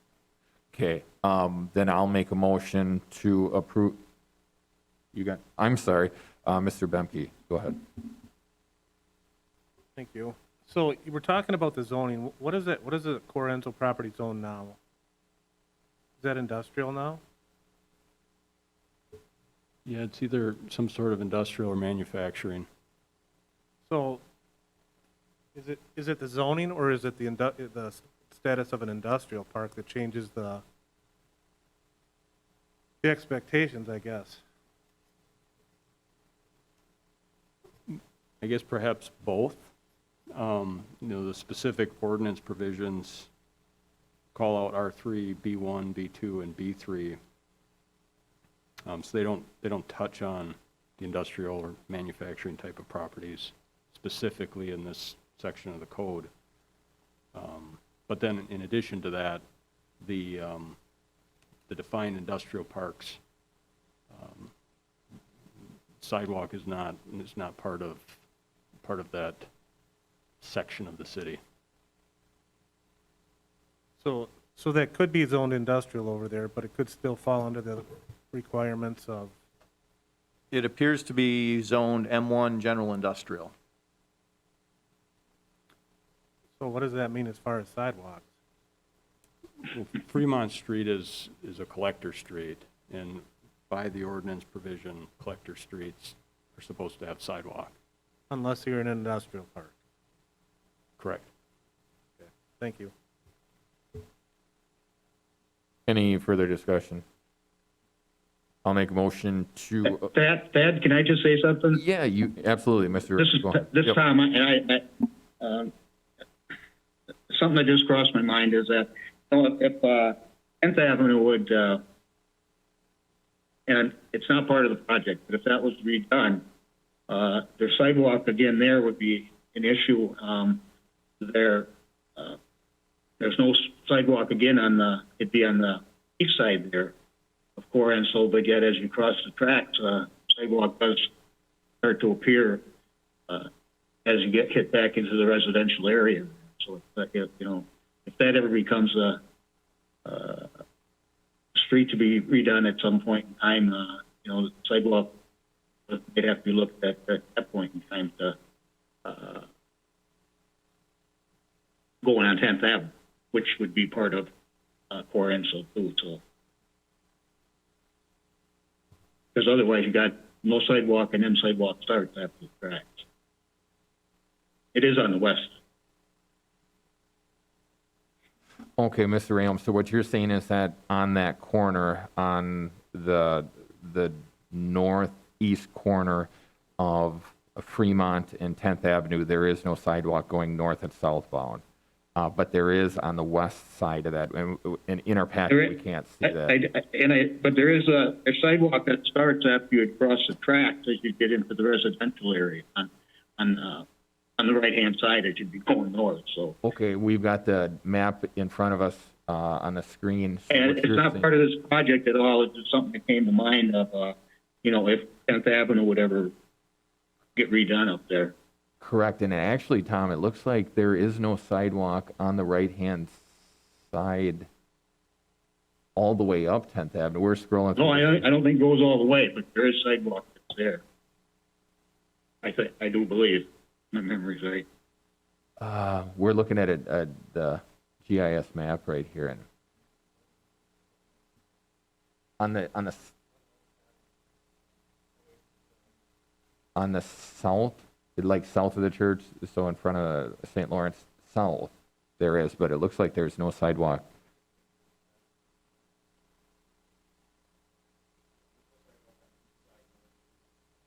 It looks like, Tom, there's no sidewalk. We're looking at this. Mr. Terry just verified that there's no sidewalk on 10th Avenue, on the east side of 10th Avenue, north of Fremont. Okay, I thought there was as you got into the residential area there. In that residential area just north of the tracks there does not appear to be any at all. I see that on the map there. That just came to mind. It's not part of this project. So. All right, thank you, Tom. Mr. Zacher. So all the other collector streets around that, when they're redone, will have sidewalks on them. And if somebody new goes into Corenso or some kind of new construction happens there, they would be required to have them. So I guess I'm just putting it out there that I think they should be on both sides of the street. There is not a motion on the floor yet. No, I So know, if I'm you- just putting it no, out there that- so you that's what I kind of mean. know where I'm If- coming from. If you wanted to make that motion, Matt, if you wanted, because there isn't any that we have to vote on. So if that is your pleasure with it, there's nothing wrong with that. If you want to make that motion, I'll second it, and then we'll do a vote, and then we'll just see how the vote falls. See, I just wanted to communicate it with you because I wasn't sure if you were going to do just on one side, and then I just had to clarify it before, so you knew. So thank you, and Absolutely, yeah. let me know when you're ready, and I'll make that motion. If whatever's the pleasure of the committee, so however we move. So, yeah, then go ahead. Go ahead and make that motion. Well, is there any, I don't want to take your job. Is there anybody else that wanted to say something before I made the motion? You can make a motion at any time, so. Okay, so then I'll make a motion that we put it on both sides of the street, north and south side. And then I'll second that. Now, is there any further discussion on that? All those in favor, say aye. Aye. Aye. Aye. All those opposed? Ayes have it, 3-0. We will have sidewalk on both sides of the road, and then that takes us to item number 5. Review Alderperson Cadenaugh's referral to discuss overnight parking ordinance. Interestingly enough, I'll give you the floor, Mr. Cadenough, but we've got at least one gentleman in the audience who had called me today, Mr. Bartek, who has got either a concern or a question or even a potential solution to the alternate side parking that we have, but I'll give you the floor right now, Mr. Kavanaugh. Thank you. So this hasn't been talked about in at least a couple of years. I think it was when I was first on council. But it comes up all the time. I get asked this question frequently, especially during the summer, whether it be due to rafter games or people, family visiting town, with the overnight parking ordinance and people wind up with parking tickets when it really seems that there's no reason that they can't park on the street, especially in summer. I've heard a few different reasons. I don't think any of them are valid why people can't. I would like to see this move to something more of a, you can't park on the streets in winter, but I don't see why you can't in summer. As we just spoke about earlier in the meeting, this is all paid for residential taxes and levies. I don't see why they can't utilize the street to park if they would like to. There's one resident who called me who had family out of town come visit, and they were ticketed overnight. They asked about the ordinance. I told them about it, and they stated, well, there's really not any signs anywhere to indicate that if you don't live in town and know that, which I know there is some signs, but there's not a lot, and especially on every street, to let people know that they can't park overnight. So I think it's time we review it again. I know there's some folks here who want to speak. I'll let them speak on that. And that's where I stand. Thank you. Mr. Shane Blazer, Mr. Mayor. Thank you, sir. I think about 2 years ago I brought this up and brought it to Public Works also, and I agree with Mr. Kavanaugh that, and Mr. Bemke inherited an issue also from me when I was on city council, is there's roads where you can't alternate side park because of no parking restrictions. And I agree that it's time that we look at doing something different on outside the winter hours. I can understand a little bit more during the winter, but the rest of the year, I think we need to model an ordinance that covers the concern that maybe abandoned disabled vehicles being left on the road or something along that lines. But if you have family, relatives, friends, or you just want to leave your car out parked on the road, I agree. I don't see an issue with that. Now, correct me if I'm wrong, though, that if you knowingly know that your car is going to be on the street, you can call the police department. There is no exemptions right now. I know at one time there was kind of an exemption if you could call and notify somebody. Yeah, when the city decided to get rid of their dispatch center, that option went away.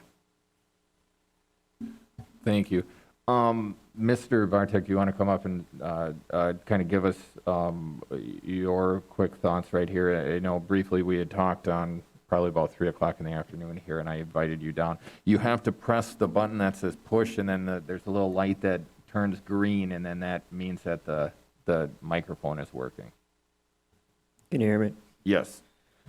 Yes, my company mandated that I start taking my work truck home last year once COVID hit. And when that happened, I parked my truck on the street in front of my house. And during the weekdays, I can alternate which side of the street I park on. But on the weekends, when I'm out of town or out of state visiting family, I can't alternate which side of the street I parked on. And so last summer, I received probably a dozen parking tickets from not being able to move my vehicle.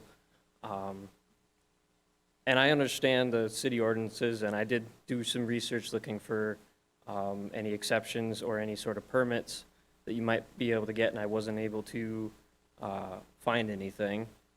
And so I don't live on a busy street. I live on 4th Street South over by the airport, and we don't really have much through traffic over there, and my truck was the only one parked on the street, and so I wasn't really sure why it mattered, but it seemed that every night that I missed alternating sides of the street, even if I was home and I forgot about it, that cop was on me, and he put a ticket on there.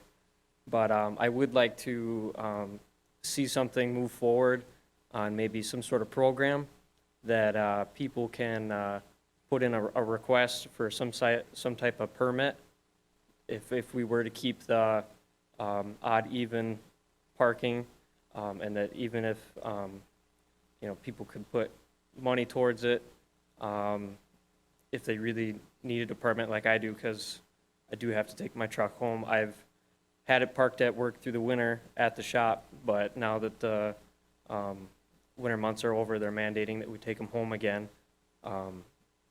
Back to what I was saying,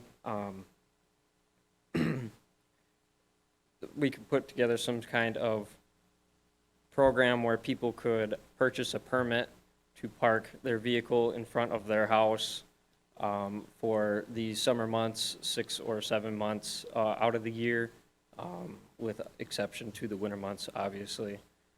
I don't know if you have more to add to something like that. Thank you.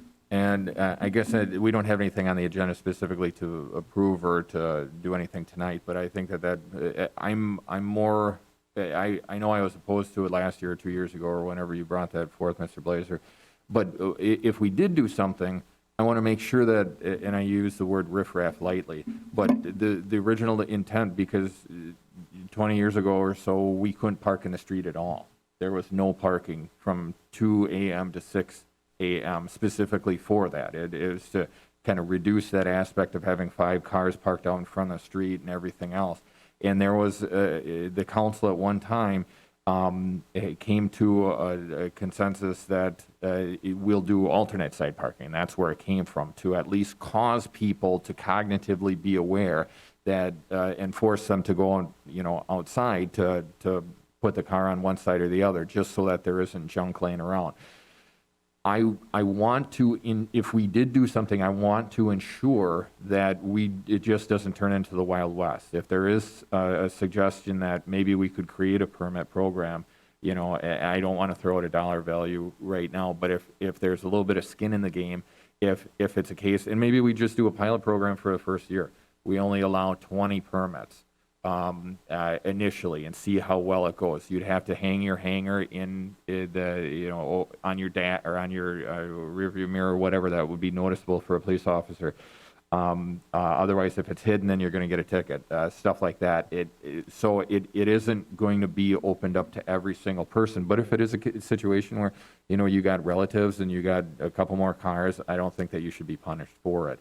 I don't know. I mean, I don't have a problem spearheading this as well, to kind of look at what other municipalities are doing. But again, just as a blanket, eliminating alternative site parking and letting everybody park on the street overnight, I think is something that we do not want to do. Oh, I'm sorry, Mr. Terry, go ahead. Sure, just a quick comment. The Public Works Department also has operational needs.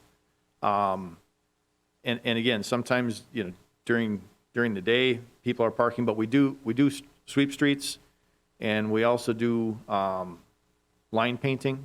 And so we do oftentimes work around some of those dates so that we can do that. And I'll just comment in speaking with our community development director on this. The city of Stevens Point has some of the same problems that you just mentioned, and they're looking at the city of Wisconsin Rapids to create a model ordinance to implement alternate street parking to try to get out of some of the problems that they're having. So I do think that if it is going to be examined again and considered for some changes, that that it's done so carefully so that we don't create some unintended other issues. Go ahead, Mr. Bemke. Is that? So, Thad. Joe's right. Go ahead, Mr. Bemke. Thad, if I may. Yes, Mr. Ram, go ahead. Yeah, Joe's right, and I think I know what they did, but I don't want, I shouldn't say probably, but Point, I think, had it on their agenda at their city council last month here, just recently when they met, I think, and they were looking at alternate side parking, and I'm not sure all of why, but Joe, I think, hit on a part there that it may be something to look at, but I think it can be reviewed. One of those things I think that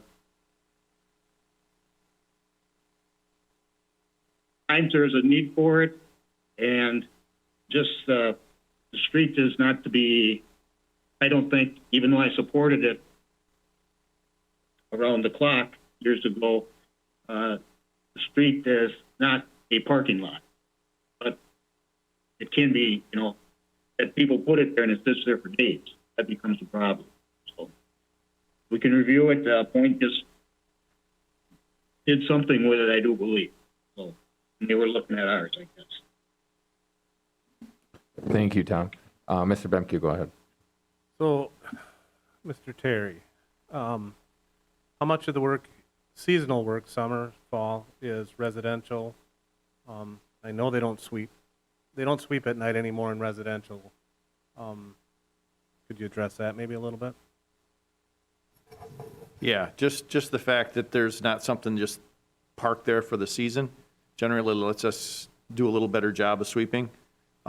With alternate side and the police department enforcing that, just because it has to move around, we just have better opportunities to get stuff swept without, you know, having to constantly go around stuff.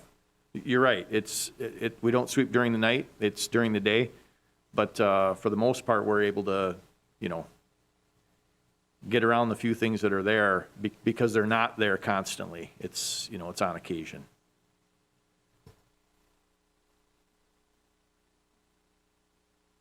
Thank you, Mr. Brumke. Thank you, Mr. Terry. Anybody? Yeah, go ahead, Mr. Cadna. Yeah, I would just like to add that I think the inconvenience of not letting the entire city park on the roads versus a few abandonment issues outweighs that. I think there's a way to identify abandoned vehicles that we could put in the ordinance and allow people to park on both sides of the road during the summer. There's a lot of even college students or family have moved away who come back to Rapids, and perhaps they meet at a parent's house or a family's house and then go on a vacation, and they're not switching. I think there's got to be some compromise here, and we can identify abandoned vehicles. If a police officer drives by one night and sees that it's there and drives by continuously and it's there can be a slip or a note of some sort. There's a lot of different ways we could do to make sure that that vehicle is being attended to and not just abandoned for weeks at a time. But even if it was 4 or 5 days in a row, I don't see how that's much of a problem versus them rotating it back and forth.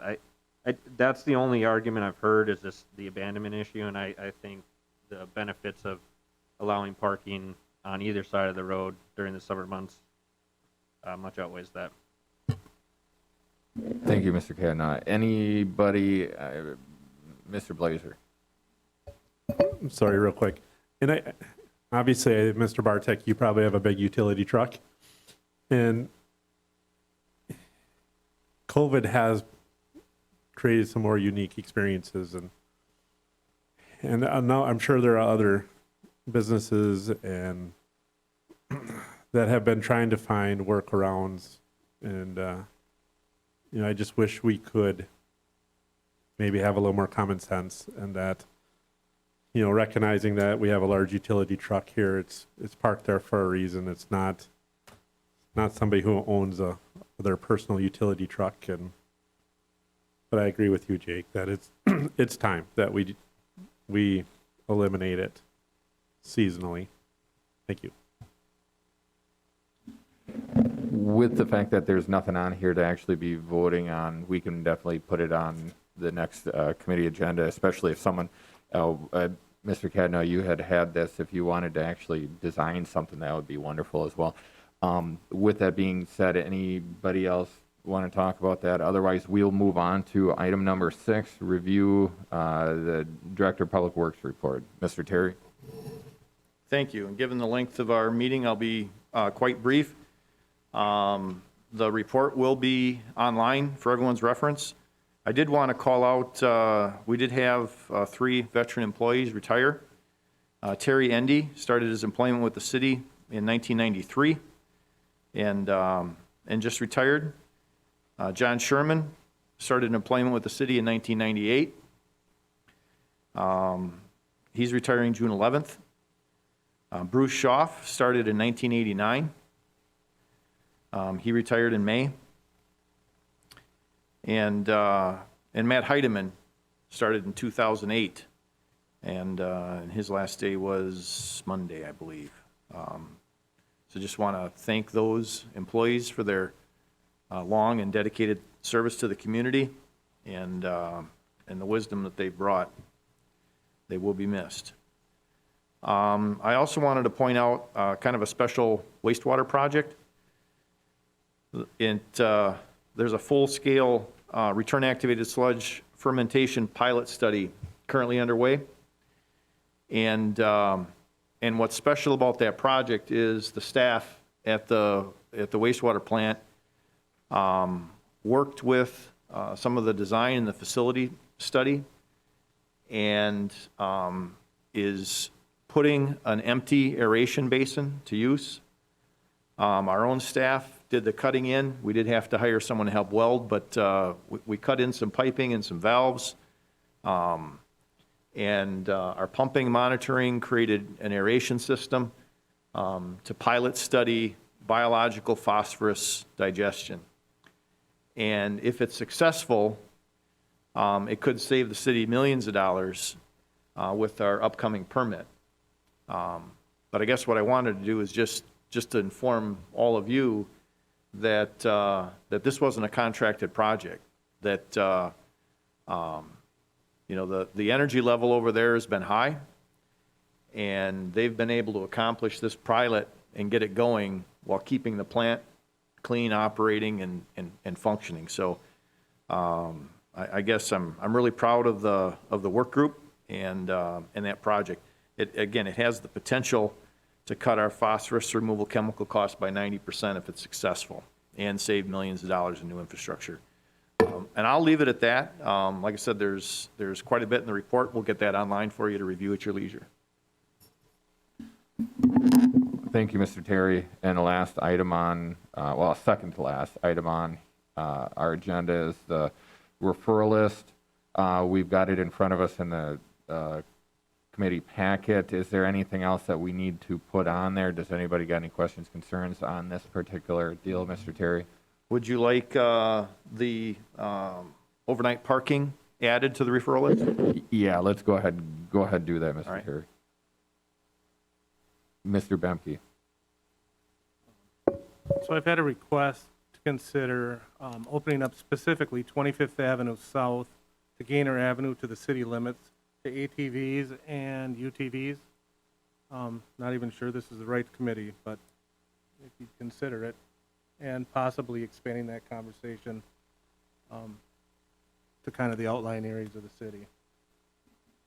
I think that this is the proper committee for that. So I guess is that something that where along on the process is it? Is it, do we just want to put it on the referral list, or do we want to, is it a referral by you to actually have the committee talk about it and direct staff, if we so choose, want to move forward with it?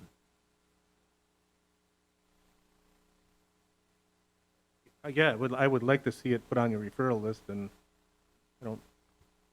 and act it on. To act it on, so then not just on the referral list, we'll put it on the next month's committee agenda then. And will, in the meantime, do you want to get a little bit more information on that? Because what we want to do is get insight from law enforcement as well as other options with it. But again, it's one of those where it'll be initial discussion. It'll be a case where we don't want to direct staff to research anything if it gets shot down, or if we decide to move forward with it. So I have talked to the police chief about this. There was a letter drafted by a resident on 25th Avenue, and I will provide that to engineering department. Good. And I will let him know that he will be on the agenda. Perfect. Thank you. Is there any other referrals out in cyber world? Mr. Rayom, do you have anything further? I don't think so. Thank you. Mr. Austin, do you have anything further? Nope. Wonderful. With that being said, we will go on to the final agenda item, and I'll make a motion for adjournment. I'll second. We have, I think Mr. Austin caught you on that. We've got a motion on the floor by Kubiszak, second by Austin, to adjourn. All those in favor say aye. Aye. Aye. Opposed, ayes have it, 3-0, and this meeting is adjourned at 8:10 PM. Thank you, everybody. Thank you. Good night, everybody.